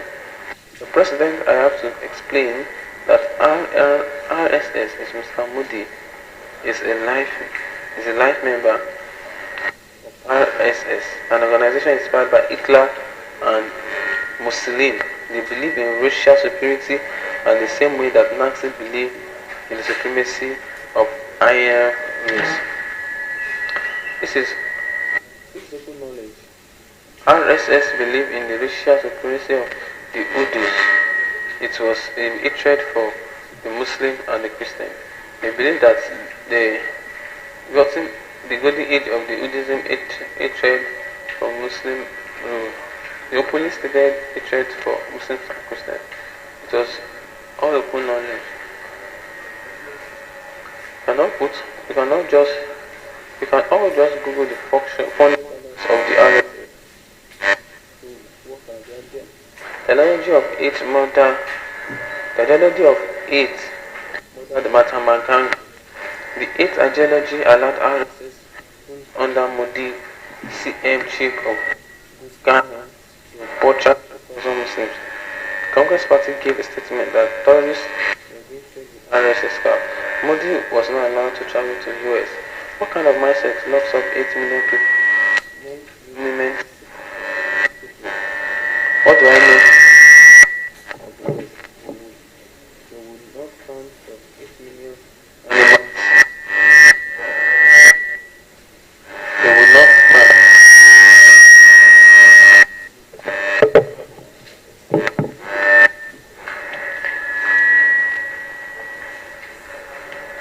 They would not stand for 8 million animals to be locked up. These are humans. Arrogance was blinded. Prime Minister Modi and BJM. This racial superiority which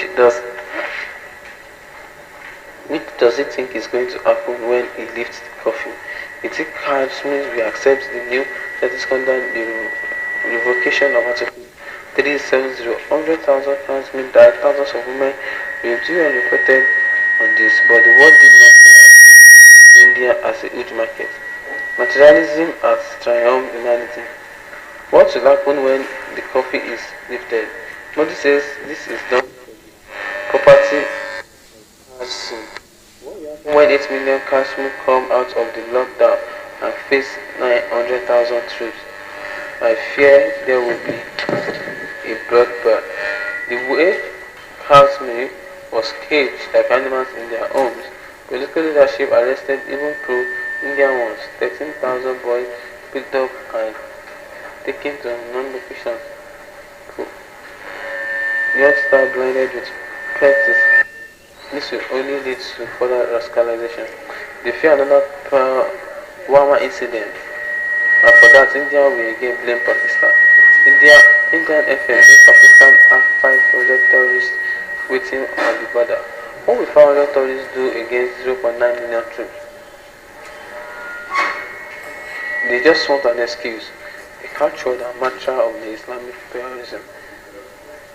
The phrase Islamic terrorism allows India to dismiss human rights and further increase security on the people of the Kazakh. Why would we even want to disrupt peace? But it is because there is no other narrative left for India. There will be another narrative.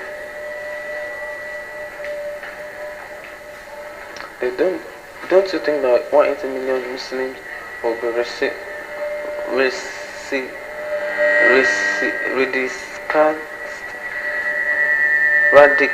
radicalized in India as they see 8 million Muslims locked up? What about 1.3 billion Muslims who are watching this, knowing that this is only happening to Kazakh Muslims?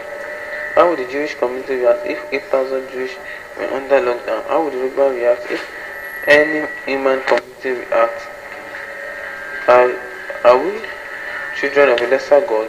Don't you know this causes us pain?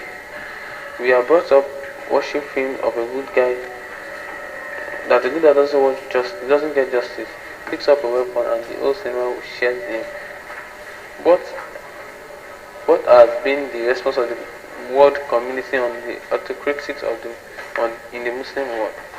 I picture myself in Kazim, locked up for 50 days, hearing about rapes, the Indian army going around. Would I live in this emulation? They are forcing people around recidivism. The people lose the will to live. They pick up guns. Movie Death Switch, they split how a boy picks up a gun and starts killing all muggers. If you were doing this to human beings, pushing them, you are leading a radicalization. This is one of the most crucial times. Pakistan will be blamed should something happen. Two nuclear armed nations almost went head to head in February, and this is why the UN has a responsibility. This is why you came into being in 1945. I think we are back to 1933 Munich. As has been taken, will the world community appease a market of 1.3 billion, or will it stand up for justice and humanity? If a conventional war starts between two countries, nuclear countries, anything could happen. Supposing a country 7 times smaller than its neighbor face a question, either you surrender or you fight till you die. I ask myself this question, and I believe it is La ha. There is no God but one who will fight. I am not threatening here about the nuclear war. It is a worry. It is a test for the United Nations. You are the one that said has the right to self-determination. It is not the time for appeasement like that of the 1937 in 39 minutes. This is the time where you, the United Nations, must India lift the curfew. 13,000 Kashmir and you have disappeared meanwhile, and this is the time when UN must give personal rights, self-determination. This is on the page. Urgency of climate change. Climate change is very urgent. Prime Minister Haran urgency to address climate action. Emphasize that the devastating impact of climate change is not only distant concern but is passing realization of that affects nations like Pakistan, cementing is what the world leaders must take immediate and collective actions on. Ability for greenhouse. Accountability for greenhouse.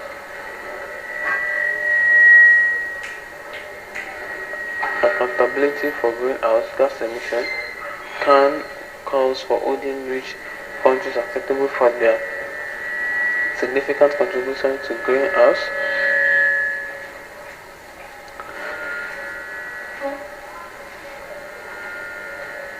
gas emission, underscores the need for global responsibility.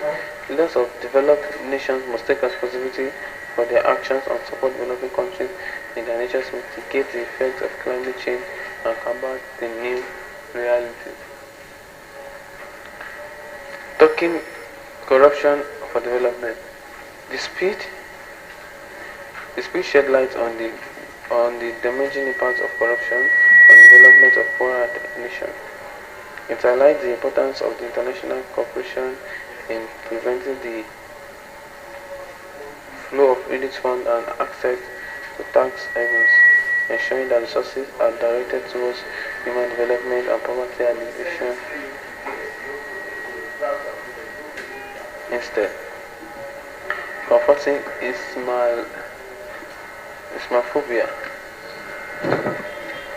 My cousin addresses just attention to the rise of Islamophobia community, the negative consequences it has on Muslim communities worldwide.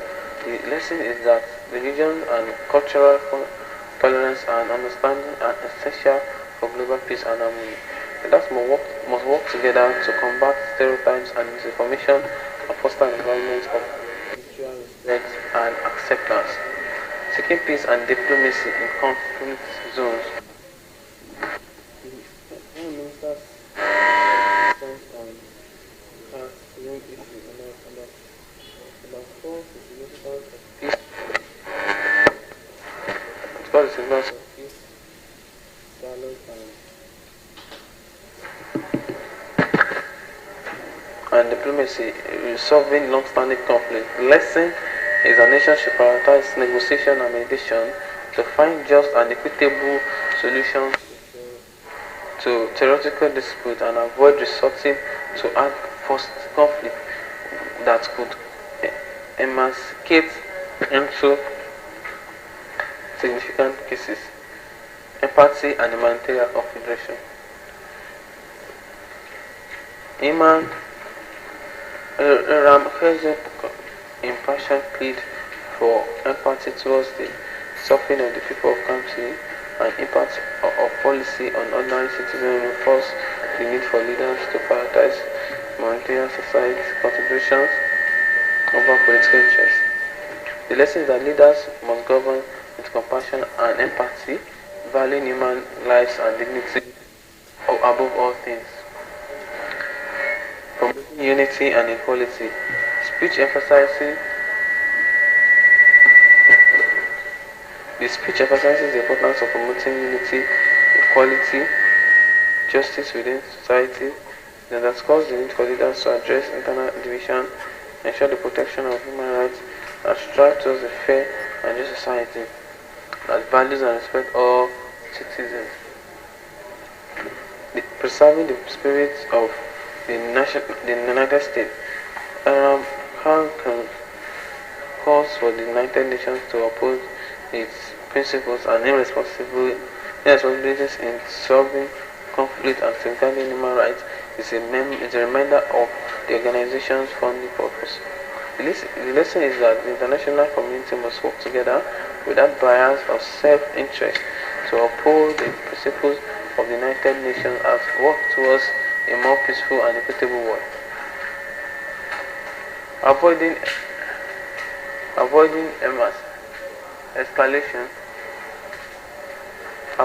escalation with nuclear standoff.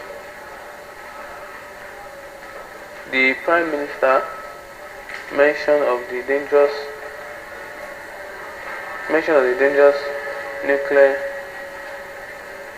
standoff against Pakistan and India in the aftermath of the Pulwama incident served as a warning against the potentially catastrophic consequence of the nuclear conflict.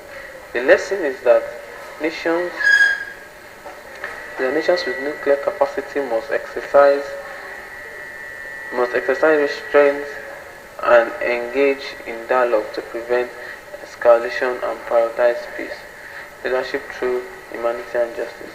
Above all, the speeches underline the importance of leadership grounded in humanity, justice reminds us that leaders have a responsibility not only to their own but to the global community, and that we must work together to address shared challenges, uplift the vulnerable, and uphold the values of compassion.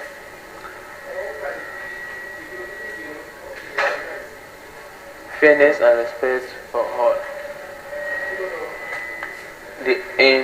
The impassioned speech by Prime Minister Imran Khan in the United Nations General Assembly served as a powerful call to action.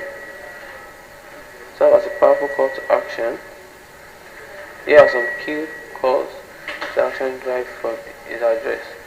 Combat climate change. Combat climate change together. The world must unite and take collective action against climate change.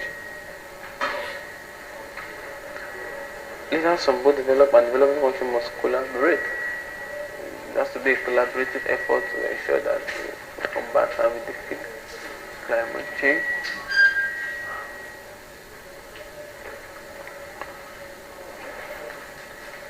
We have to promote financial transparency. And accountability. Nations must work together to tackle corruption and prevent the flow of elite funds to others. Stricter regulations and international cooperation are needed to ensure that stolen assets are recovered and redirected towards human development and poverty alleviation.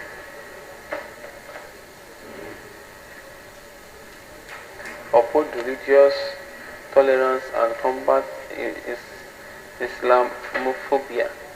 Government and society should promote religious tolerance and understanding, combating stereotypes and misinformation about Islam and other faiths, respect for religious diversity and protection of minority rights are vital in fostering a peaceful and harmonious global community. Pursue peaceful resolution of conflict. The international community should prioritize peaceful dialogue and diplomacy in resolving conflict and territorial disputes. Nations must engage in sincere negotiation and seek equitable solutions that consider the well-being of the affected population. Empower marginalized communities. God should prioritize the welfare of marginalized communities, working to bridge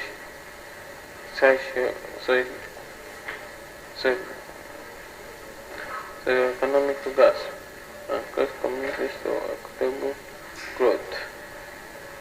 Investment in education, healthcare, and job creation are essential to uplift vulnerable occupation. Upload humanitarian principles. Nations must prioritize humanitarian consideration after political interest. The protection of human rights, particularly during conflict, should be a top priority.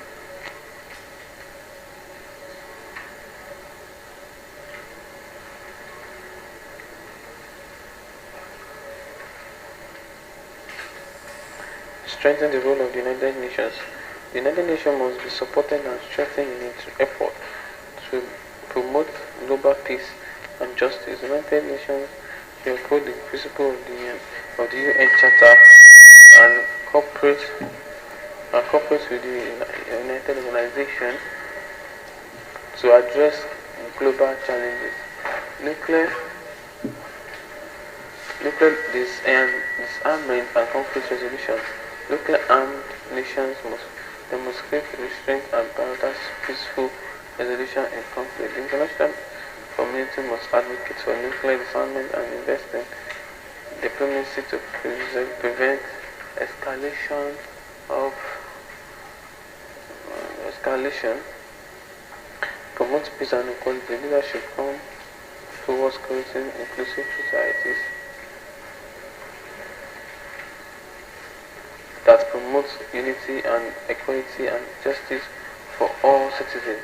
Respect for human rights and protection for human communities are critical in fostering harmony.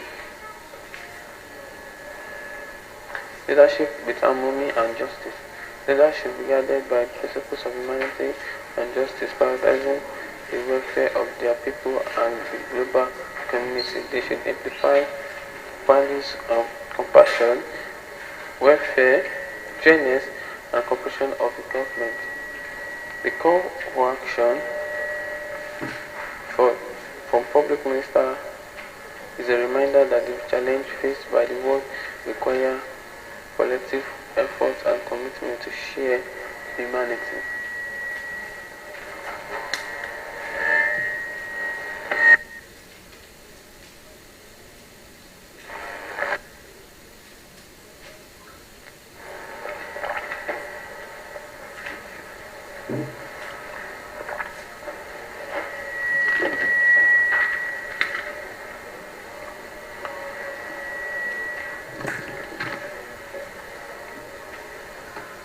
Modernization and welfare of UAE. A vision of prosperity and progress. Sheikh Zen Sheikh Zayed bin Sultan Al Nahyan. Sheikh Zayed bin Sultan Al Nahyan. Modernization and welfare of UAE. A vision of prosperity and progress.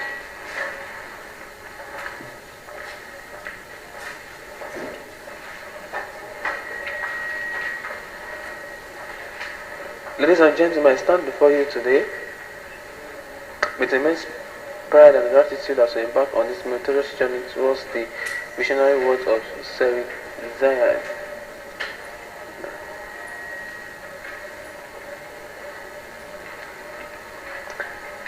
Sheikh Zayed bin Sultan Al Nahyan, the founding father of the UAE great nation. In his remarkable speech, we will dive into the profound insight and enduring legacy of a leader whose unwavering commitment to progress, welfare, and compassion has shaped the world, the very graphics of our beloved UAE. As we retrace the steps of the nation's reformation from humble beginnings,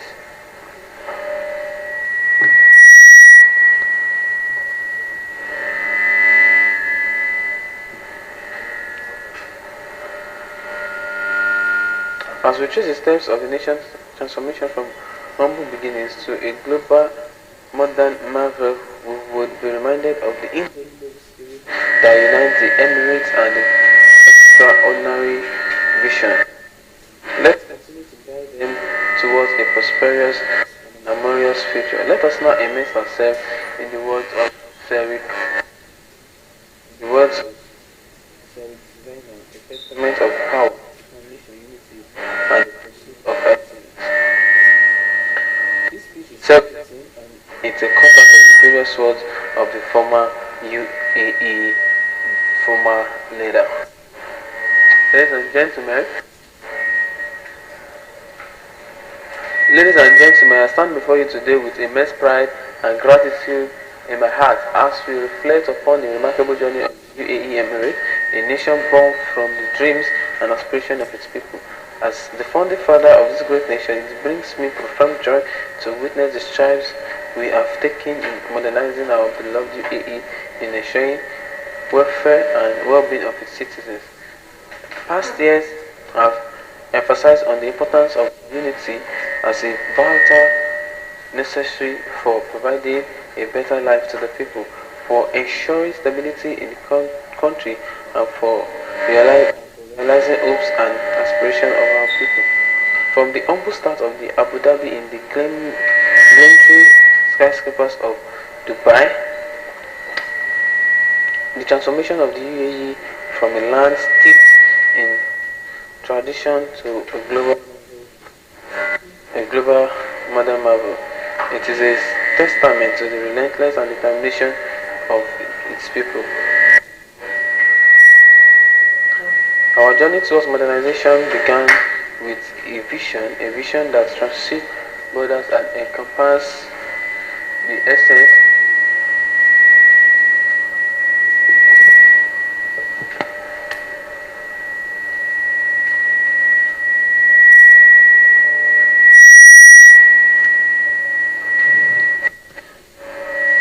Our vision towards modernization began with our journey towards modernization began with a vision that transcends borders and encompasses the essence of our rich heritage and promise for a prosperous future.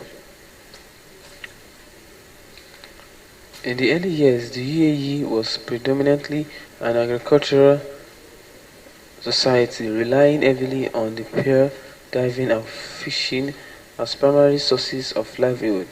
However, I realized that the key to unlocking the full potential of our nation lie in the diversification of our economy, utilizing our abundant natural resources such as oil wisely. I was unwavering in my commitment to the prosperity and the welfare of our people, and this fueled my determination and channeled our oil revenues into infrastructure, education, healthcare, and other essential sectors. 30 years ago, we had no buildings. When we saw buildings in other countries, we used to envy them, wonder how we could convince our people to be satisfied with what they had. With a clear vision in mind, we embarked on a journey of development, laying foundations for a modern UAE. We knew that education was a cornerstone of progress, empowering our people with knowledge and skill to lead the nation into a brighter future. Our wise investment in education led to a rapid increase in schools, universities, research institutions, nurturing a generation of thinkers and innovations. Furthermore, we understand that a nation's progress hangs on the ability to foster social cohesion and inclusiveness. Embracing our diverse cultural heritage, we work tirelessly to promote unity and understand among our people. This commitment to harmony remains a vital aspect of our national identity. The welfare of our citizens was paramount to me. We invested in building a robust healthcare system, ensuring that access to quality medical care reached every corner of UAE. Our efforts was not limited to our shores. We also extended a helping hand to those in need, supporting humanitarian missions across the world. Through visionary leadership and determination, we transformed the UAE into a hub of trade, tourism and technological innovation. Our ports and airports became gateways connecting the world to the Middle East. We fostered an environment conducive to business and investment, drawing global attention and inspiring entrepreneurs to collaborate with us in our journey of progress. Layer by layer, we built an edifice of progress and prosperity, underpinning by the various values of compassion, unity, and vision. The fruits of our labor were evident in the smiling faces of our citizens, whose lives improved with such passing day.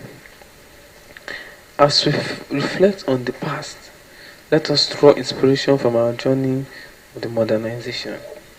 The success of the great Abu Dhabi nation in making itself known to the world and to supporting our solidarity does not depend on the Arab nation alone.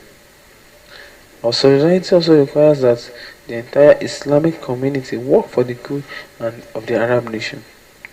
as the Arab nation works for the good of the Islamic community. Let us carry forward the torch of progress as we do in those early days.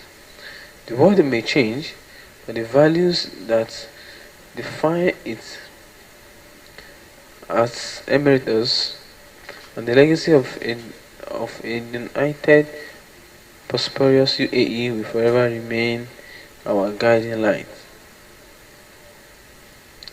Arab oil can never be dearer than Arab blood. As we dive deeper into the layers of the UAE modernization journey, we come across a crucial aspect that remains close in my heart: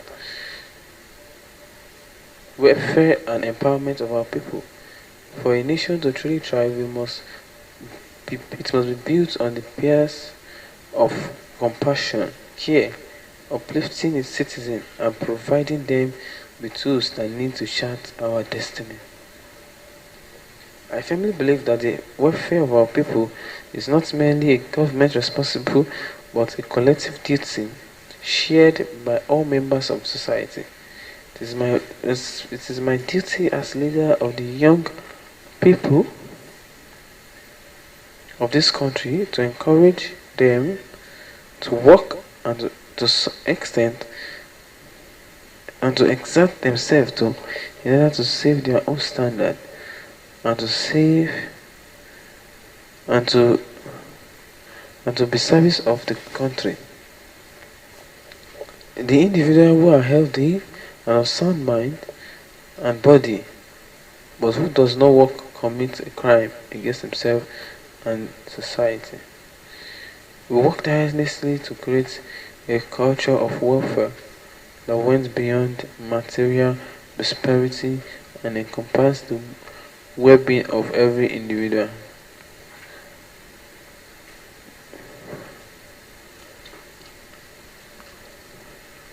We recognize that a nation flourishes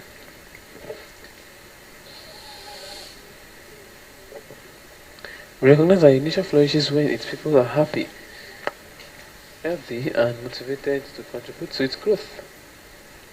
When the cornerstones of our approaches to welfare was the focus of building strong families, community bond, we understand that strong families form the bedrock of relentless family.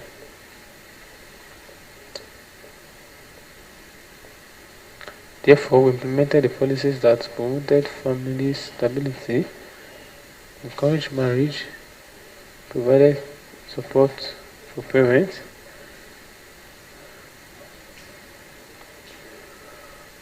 however, we cannot recognize the importance of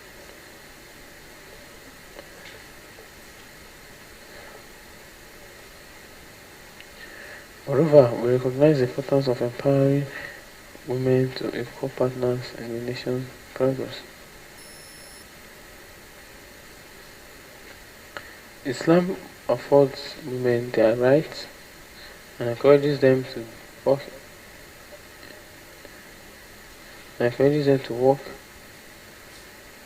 in all sector.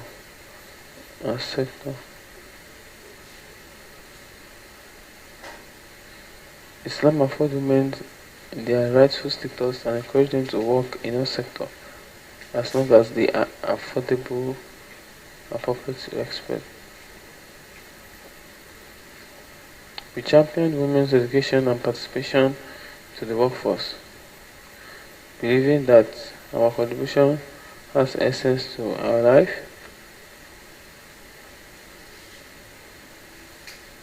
We champion women's education and participation in the workforce, believing that their contribution was essential to our society to reach its full potential. Today, UAE women stand as powerful role models, breaking barriers and achieving greatness in diverse fields. I encourage women to take up positions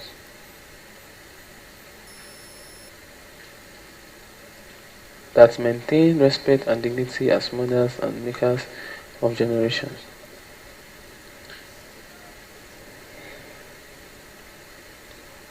To ensure the well-being of our citizens, we invest in corresponds in comprehensive healthcare services that are accessible to all. We establish hospitals, clinics, medical centers across the country, leaving no one behind in the pursuit of good health. Our commitment to healthcare extends beyond our borders as well, as we contribute to global health initiative and provided aid to countries facing healthcare challenges. The real asset of an advanced nation is its people, especially the educated ones. And the prosperity and the success of the people are therefore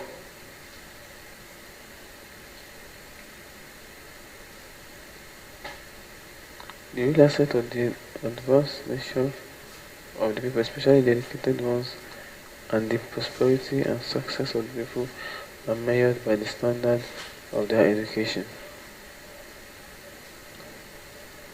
Education remains at the forefront of our welfare.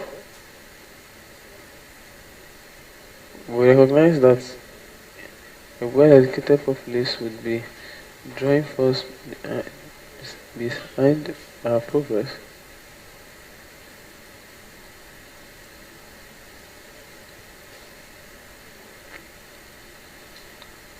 The real asset of any advanced nation is its people, especially the educated ones. Additionally, the educational system nurtures talent and prepare our youth for the challenges of the future. Education became the key to unlocking opportunities and shaping the UAE destiny. Additionally, we were keenly aware to the importance of addressing the needs of the less fortunate and vulnerable members of the society.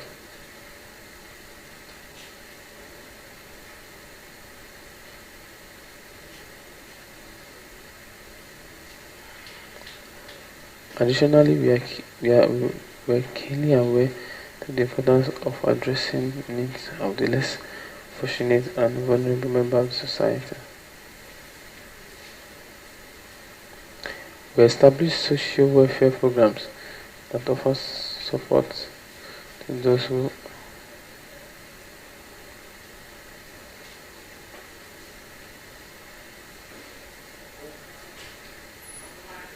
Additionally, we are keenly aware of the importance of addressing the needs of the less fortunate and vulnerable members of the society. We establish social welfare package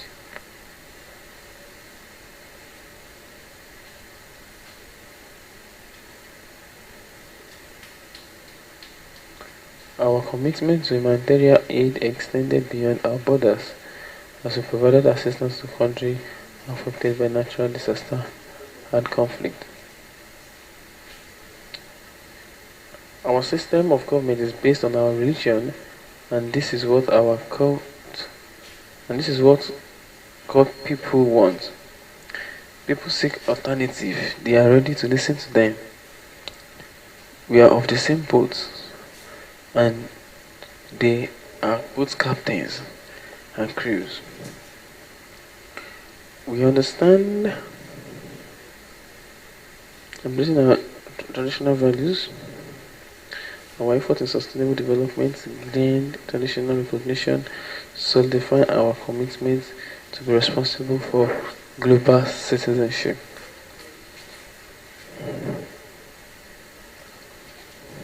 Our efforts in sustainable development gathered support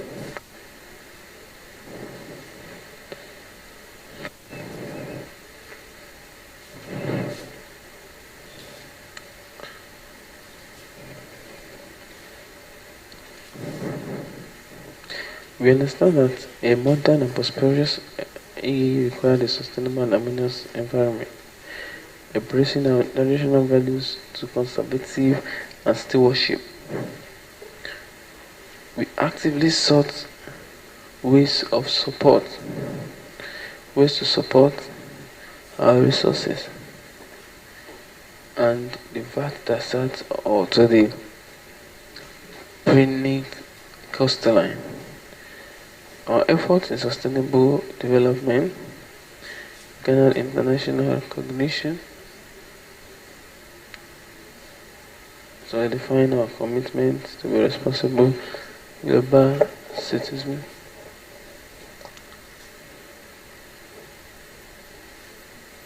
In our journey of modernization, we also place great emphasis on nurturing a knowledge-based economy. We encourage research and innovation, fostering to a culture of curiosity and exploration. This focus on knowledge laid the foundation of our transformation into the global hub for innovation and technology. Attracting talents from far, the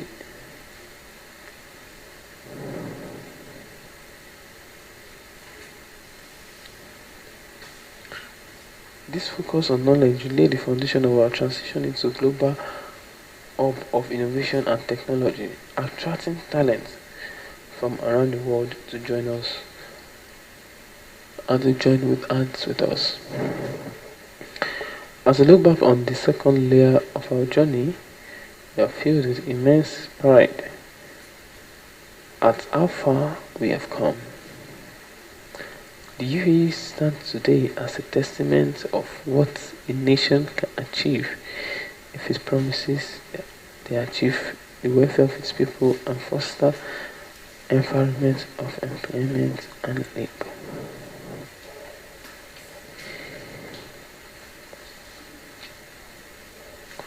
As we move forward,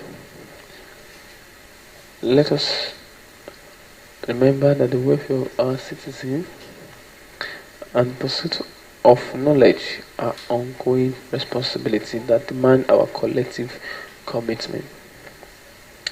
Together, let us strive to make the UAE a beacon of prosperity, compassion, and progress for generations to come.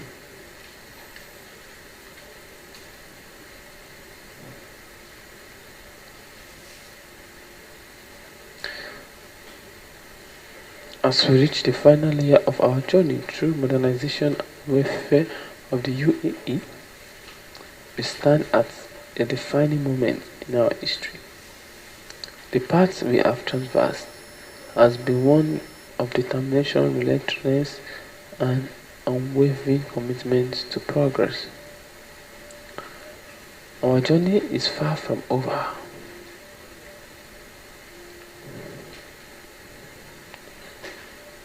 The future beckons us with new challenges and opportunities, and it's our duty to carry forth the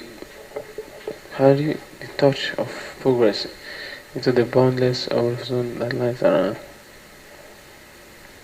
From the earliest days of our nation, we envisioned a UAE that will not merely be a striving coast in the present, but a global leader in innovation.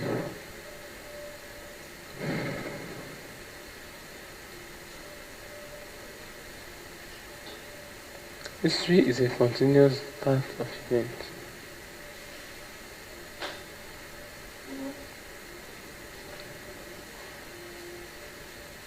The present is only an extension of the past.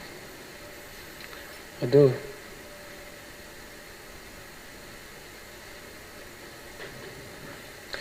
the history is a continuous chain of events, the present is an extension of the past. Through decades of hard work and insight, we have witnessed the UAE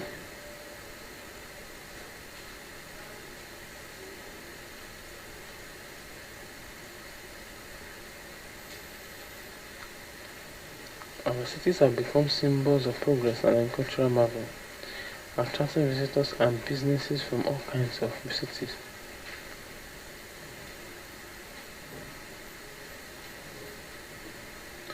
One of the driving forces behind our progress was that the spirit of innovation and entrepreneurship that flows through our nation's veins. We encourage our people to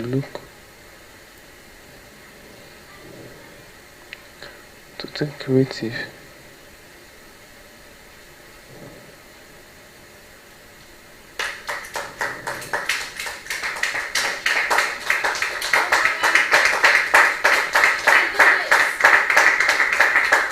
We encourage our people to think creatively, to encourage new technologies, to pioneer solutions to world most pressing problems. Today, the UAE stands as a hub for innovation and cutting-edge research. Technologies, sustainable technologies, and a thriving startup ecosystem that propels us forward. Our commitment to education continues to pay dividends to the nation as we nurture a generation of young leaders armed with knowledge and passion to shape a better world.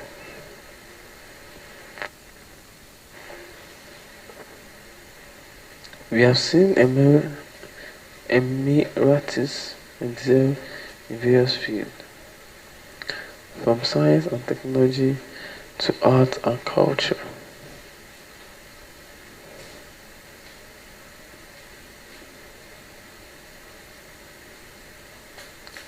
Our commitment to education continues to pay dividends as we nurture the generation of young leaders armed with knowledge and passion to shape a better world. We have seen emeritus excel in various fields, from science and technology to art and culture, leaving an indelible mark in the global stage.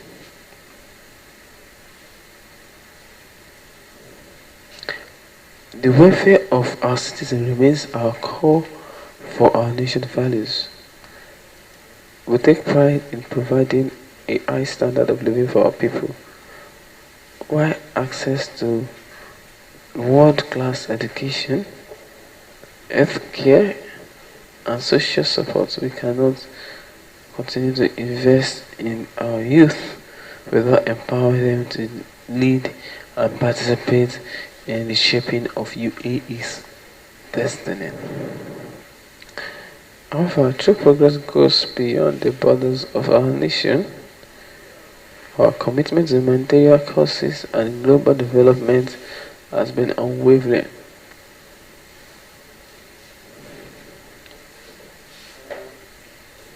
We believe in giving back to the world and extending a helping hand to those in need. Through humanitarian mission, charitable organizations and diplomatic efforts have sought to be problems and have sought to promote peace, property, and stability worldwide. As we move forward, we must remember that modernization does not mean losing touch with your roots. Our heritage and charity are the bedrock of our identity, and they serve as a source of strength and inspiration. Embracing our culture and values has allowed to bridge us the gap between the past and the future.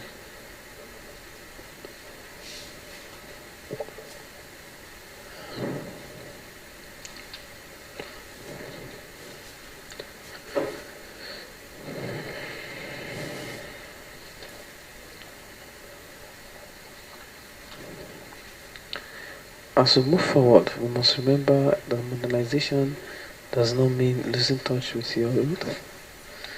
Our heritage traditions are the bedrock of our identity, and will serve as a source of strength and inspiration, embracing our culture, values, and allow us to bridge the gap between the past and the present and the future, creating a unique theocracy that defines the UAE.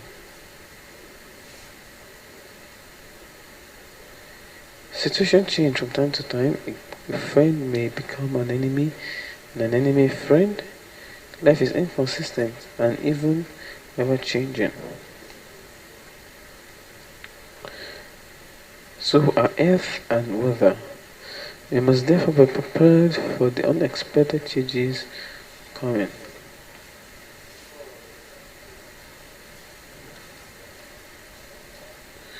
Our way in this age of rapid change and globalization, we must remain adaptive and look forward-looking, embracing emerging technologies, fostering sustainable changes practices, and promoting societal cohesion will be essential to maintaining our position as global leaders.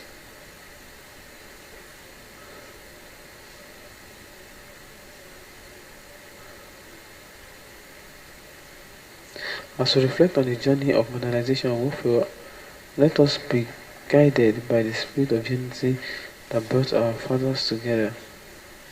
What's cool?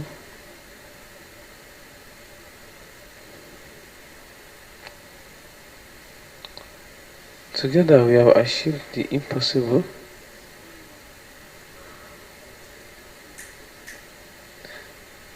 And together we will continue to shape a future that surpasses our wildest dream.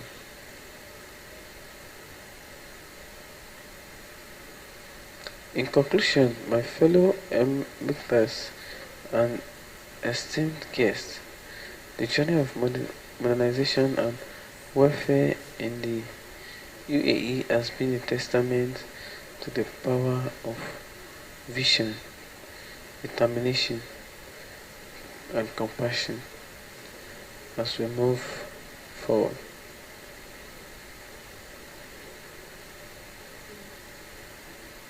The UAE story is one of the triumph over adversity, of transforming a dream into a reality. Let us march hand in hand, bound by the legacy of unity.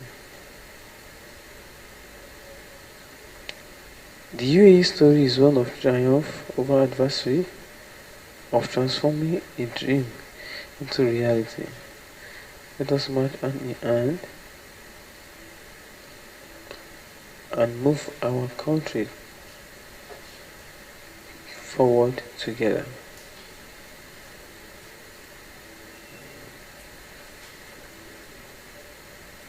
Thank you, and may the UAE star continue to shine brightly, light the way for generations to come. From Sheikh Zayed bin Sultan Al Nahyan's speech, several valuable lessons can be learned. Vision and determination.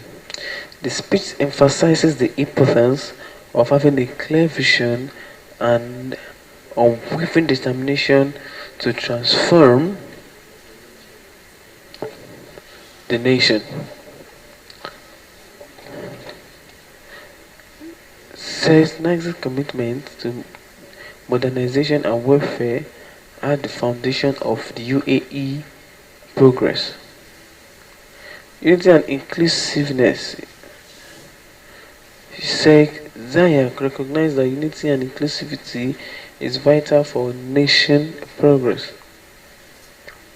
By embracing diversity and promoting social cohesion, the UAE is able to build a strong, relentless society.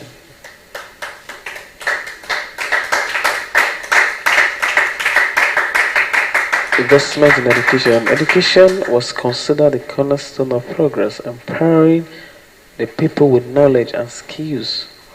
Investing in education led to the development of high educated and skilled workplace that contributed to the nation's growth. Women empowerment. The speech highlights the importance of empowering women as equal parts in a nation's progress.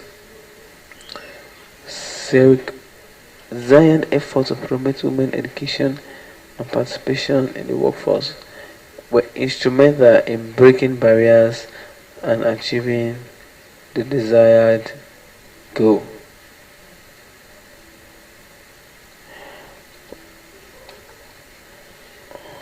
Warfare and healthcare. The welfare and well-being of citizens were of paramount importance. The UAE invested in comprehensive healthcare services, ensuring access to quality medical care of all citizens.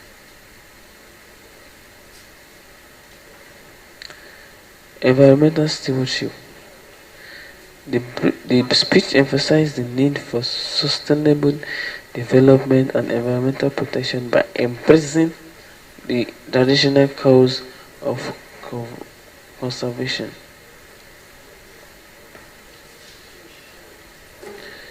The UAE became a responsible global citizen and safeguarding its natural resources.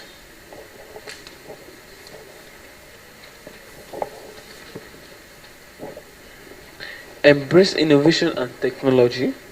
Sheikh Zayed encouraged the embrace of technology and innovation, which led to the UAE becoming a global hub for innovation and entrepreneurship.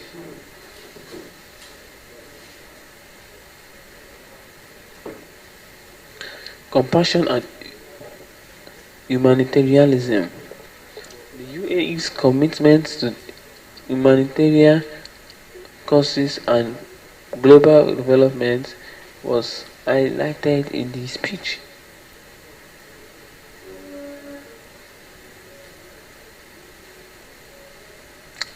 Sheikh Zainab compassion and willingness to help those in need inspired the nation to extend an helping hand to others.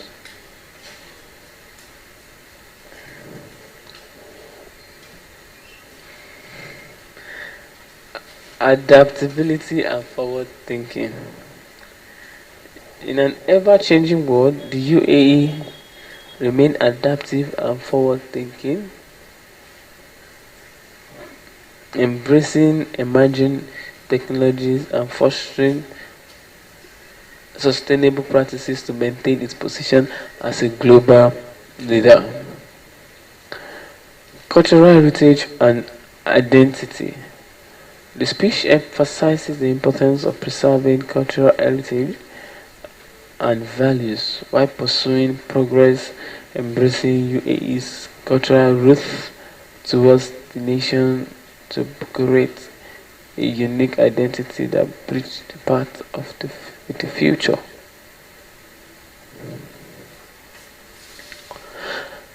As we draw imagination from Sheikh Zayed bin Sultan vision and leadership, his speech calls upon us in the modern day to embrace the following call to action. Embrace unity and inclusivity. Let us embrace diversity, foster an inclusive society where people from all backgrounds are welcomed and respected.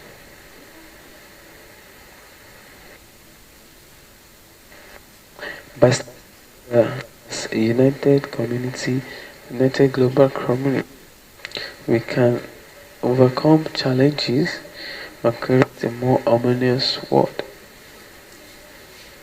Deployed to protect this country from the attacks of foreign enemies, Mr. Yahya said that I agreed that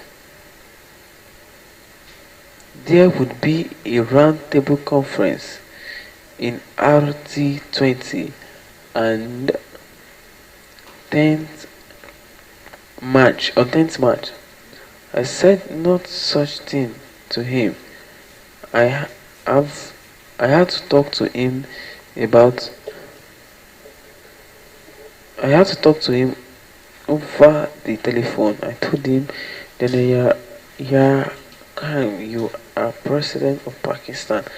Come to Dhaka and see how my poor people, my people of Benjamin, have been shut down.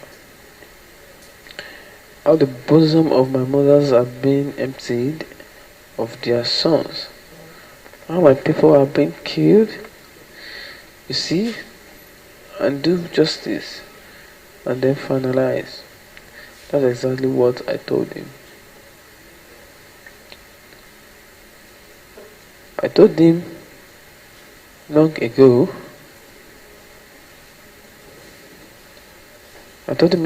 how to see for what? Who do we see to it? With them who split the blood of our people without consultation?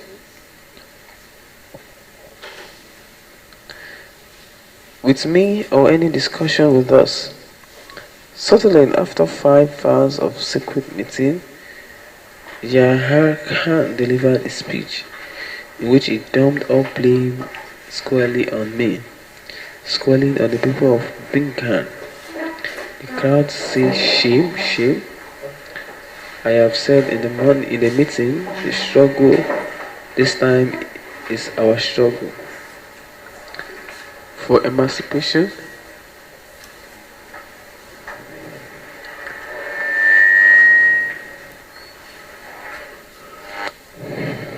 For emancipation, the struggle this time is a struggle for our non-independence.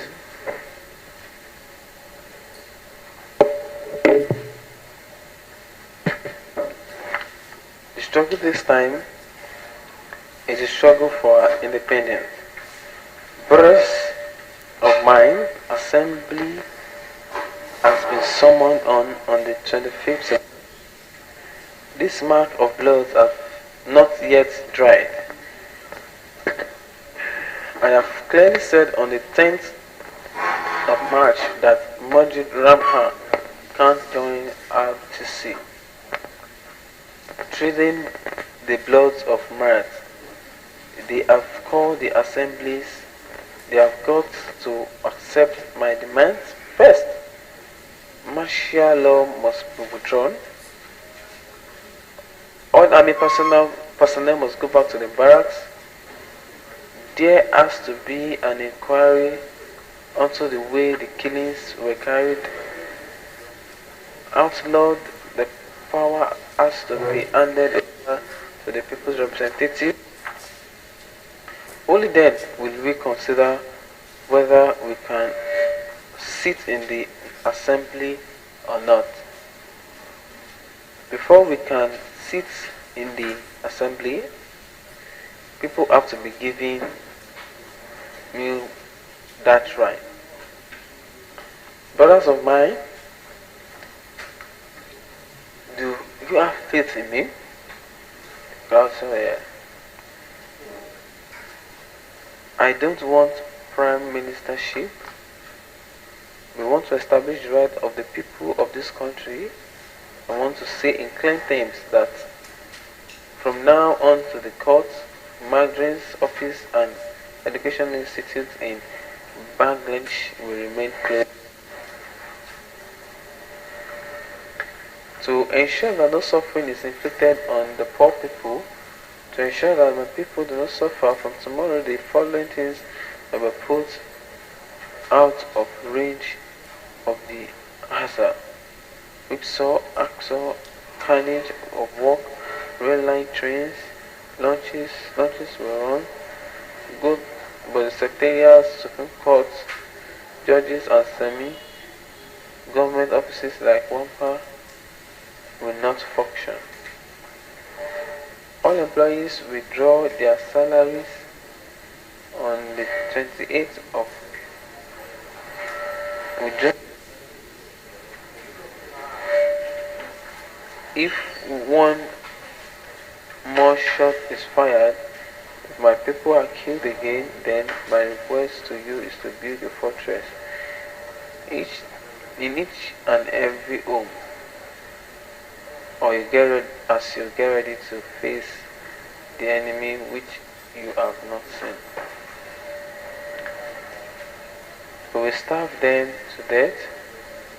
We will make them go without water.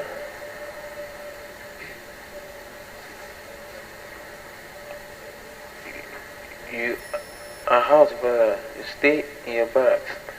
No one will say anything to you, but don't go. Don't try to trace us. This will do you no good. You can't keep 7 courts or 7 supplicated. 7 of them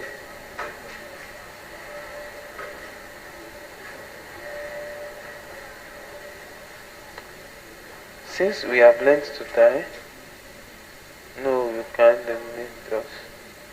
We from Awoni League, we try our best to help those who are embracing martyrdom.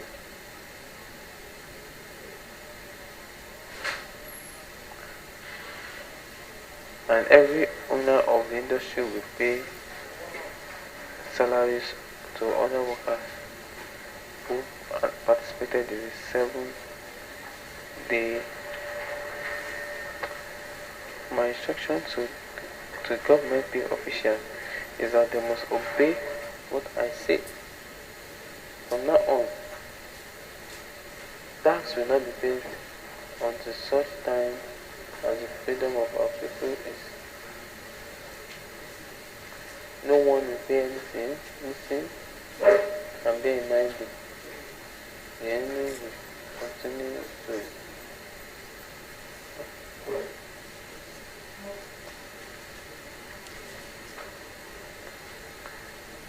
all those Muslim and Bengalis and non-Bengalis, all those who live in Banga are our brothers. The responsibility of protecting them is on you. Ensure that our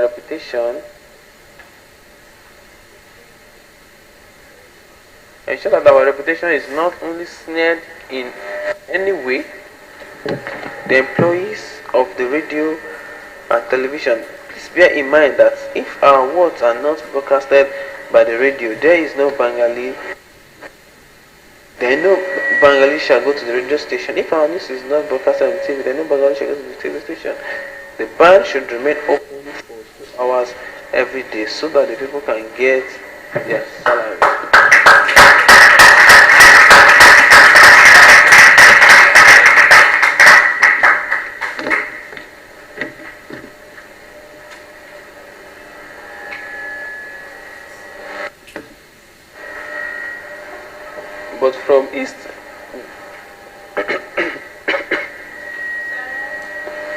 But from East Bengal, a single PCR will not be allowed to be remitted to West Pakistan.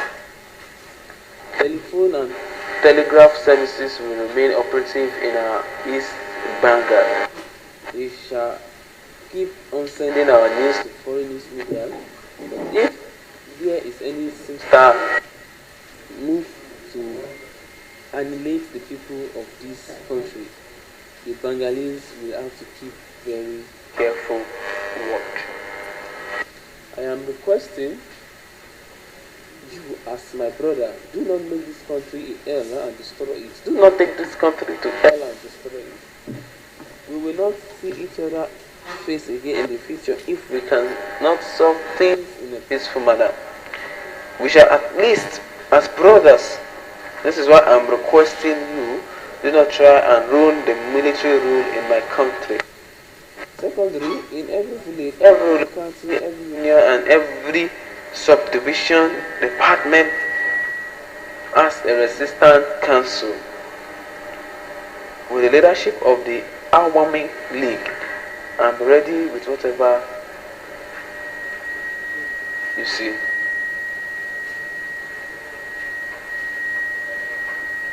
Bear in mind that since we have given blood, we will give more. By the grace of Allah, we will surely liberate the people of this country. The struggle by this time is the struggle of our emancipation. The struggle this time is the struggle for our defendant.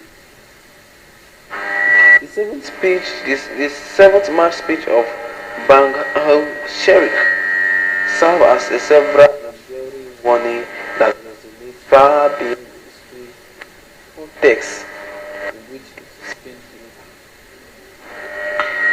Leadership and courage. The speech amplifies the qualities of strong leadership and unwavering courage. Despite the grave risk, Bangadu fearlessly stood up for the rights and aspirations of his people, inspiring them to unite against oppression. Unity and nationalism. The speech emphasizes the importance of unity and nationalism in the face of diversity.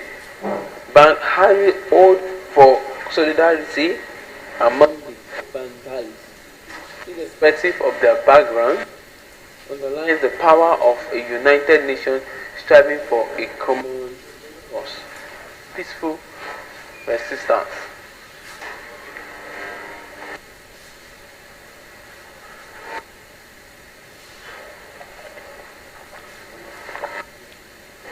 Peaceful resistance is another lesson that we can learn. Even why the people of Bengali are being oppressed in a violent way, they still maintain a peaceful resistance.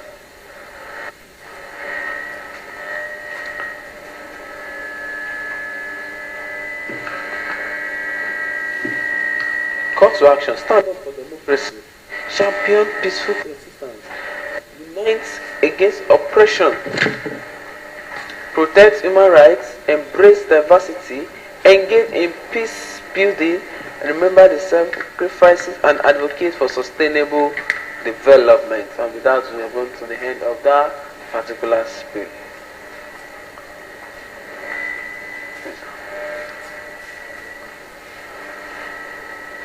I appreciate your presence here, sir.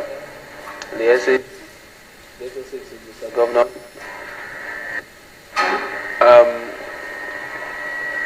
We have been on a journey since yesterday, revisiting inspirational leaders.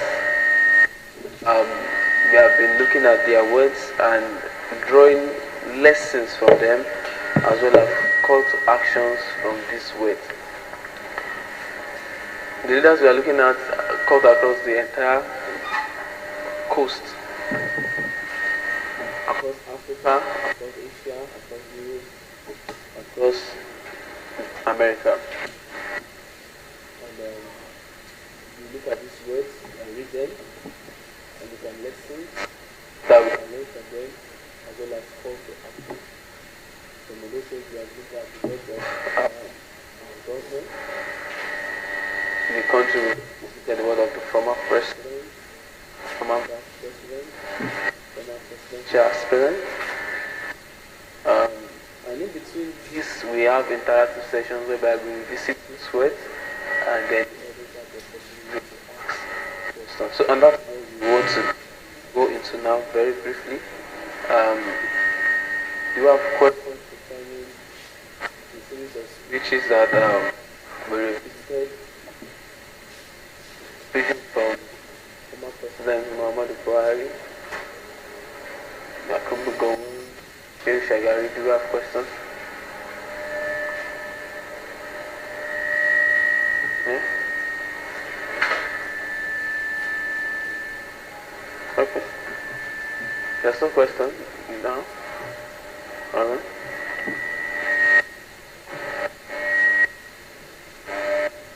So let's do that. Let's revisit another inspirational leader, Indian leader, Pandit Jawahar Jawaharlal Nehru. Remember that the second special leader we talked about was Mahatma Gandhi, that started the Quit India movement. And so that time when he started the Quit India movement, he was rooting for Jawaharlal Nehru to be president, the head of state, take over the government from the colonial masters.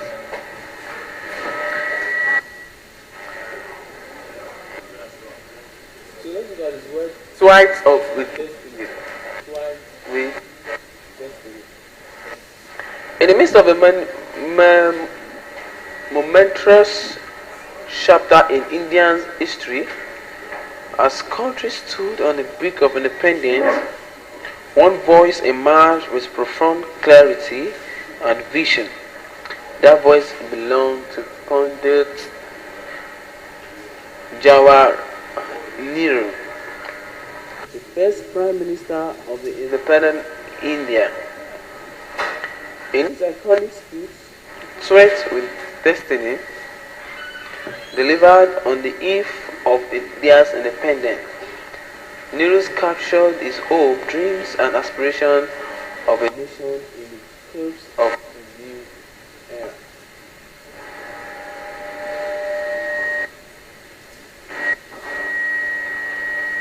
With eloquence and passion, he outlined a vision for a democratic, inclusive, and prosperous India.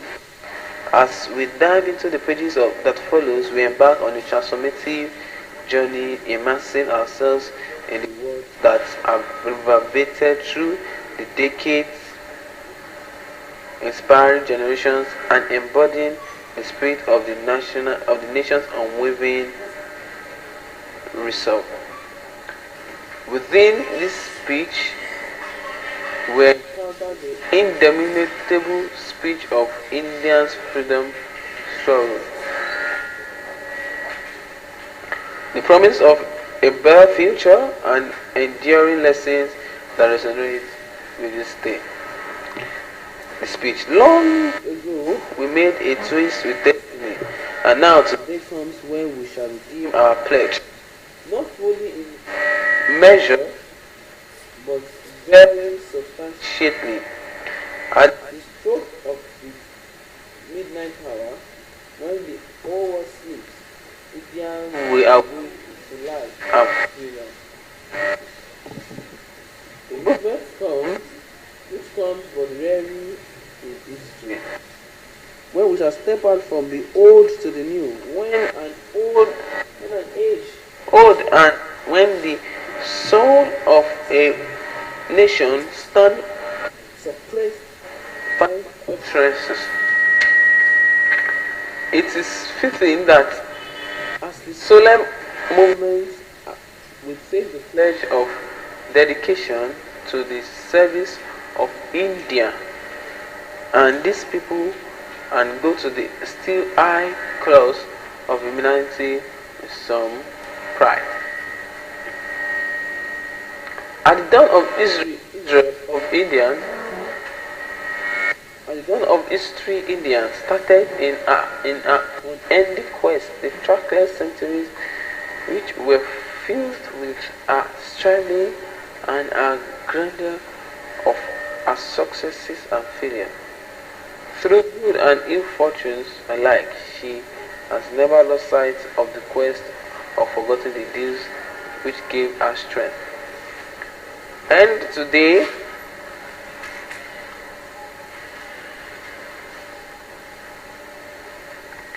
the achievement we celebrate today is not but a step, an opening of opportunity to greater triumph and achievement that await us.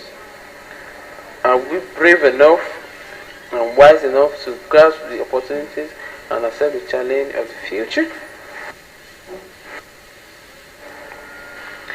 Freedom and power bring responsibility. The responsibility set upon the assembly, the sovereign body responsibility, the responsibility of India before the birth of freedom. freedom. We have endured all pains of labor, and our hearts are heavy with the memory of this sorrow.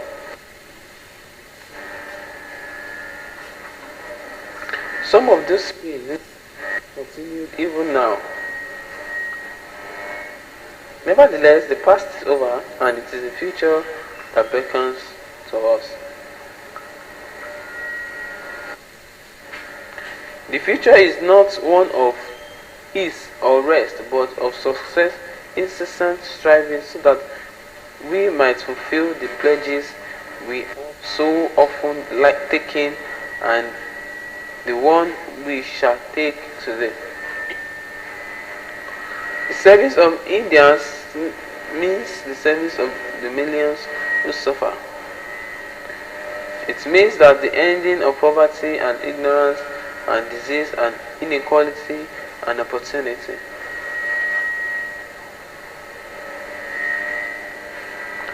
The ambition of the greatest man of our generation have been to wipe every tears away from every eye. They may be others, but as long as there are tears and suffering to long for, and so we have to labor and to work hard to give reality to our dreams. These dreams are for India, but they are also for the world, the nations, and the people.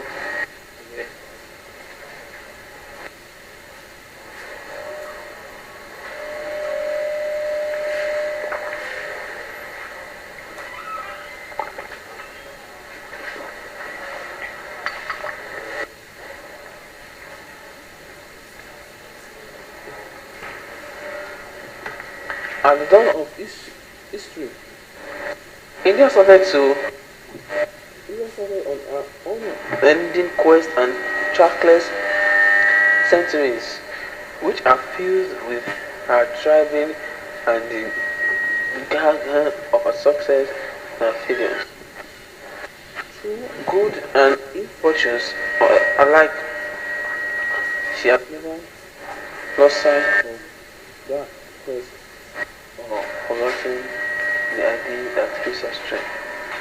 Yet today, the period of ill fortune in India recovers everything. The achievement we celebrate today is not a still an opening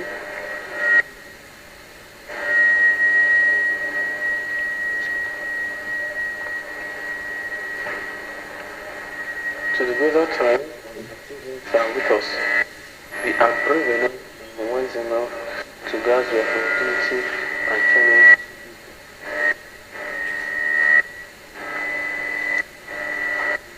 Freedom and power bring responsibility.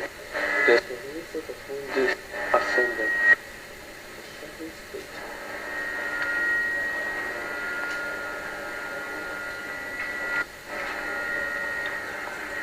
Before the birth of freedom, we have endured all the pains of labor. Our hearts are heavy with the memory of sorrow.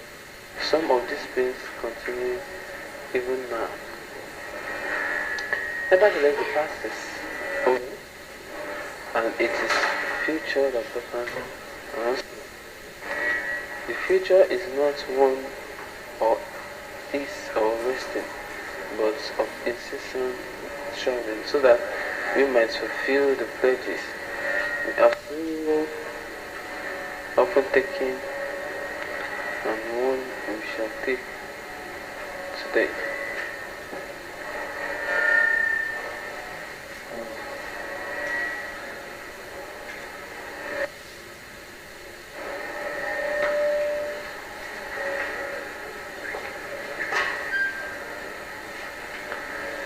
The ambition of the greatest men of our generation has been wiped every tear from every eye.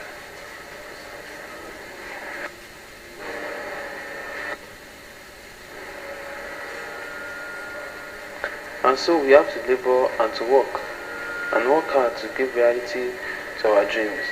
Those dreams are for India, and they are also for the world, for all nations and people. too closely knit together for anyone of your imagination so that we can live apart. Peace has been said to be indivisible. So is freedom, so is prosperity now, and also is disaster in this one, that they can no longer split into isolated fragments whose representatives are to appeal to join us in faith.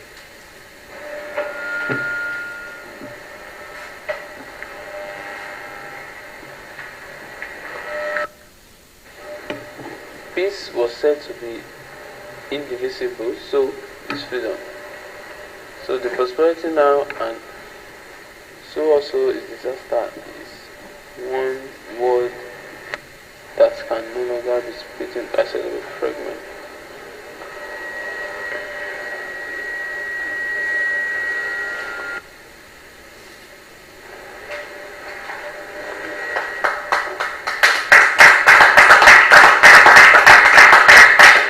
So the people of India, whose representative we are, will make appeal to join us with faith and confidence in this great adventure.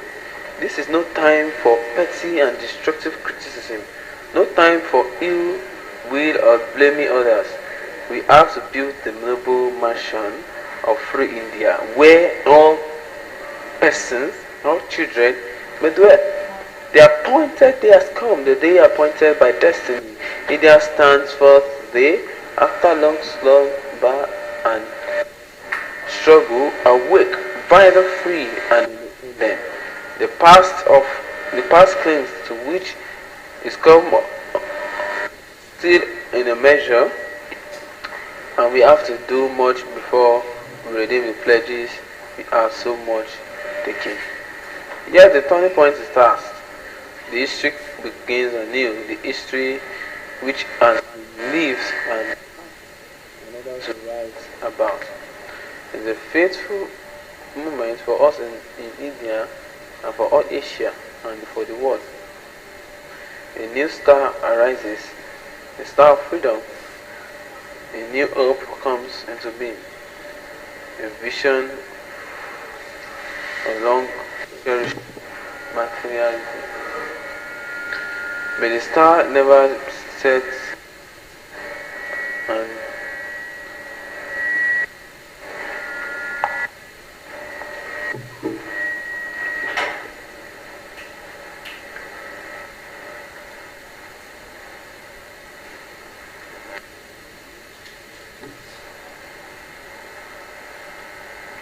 we rejoice in freedom, even though clouds surround us, and many of our people are shallow stricken. I want to take a quick break. I'll be back.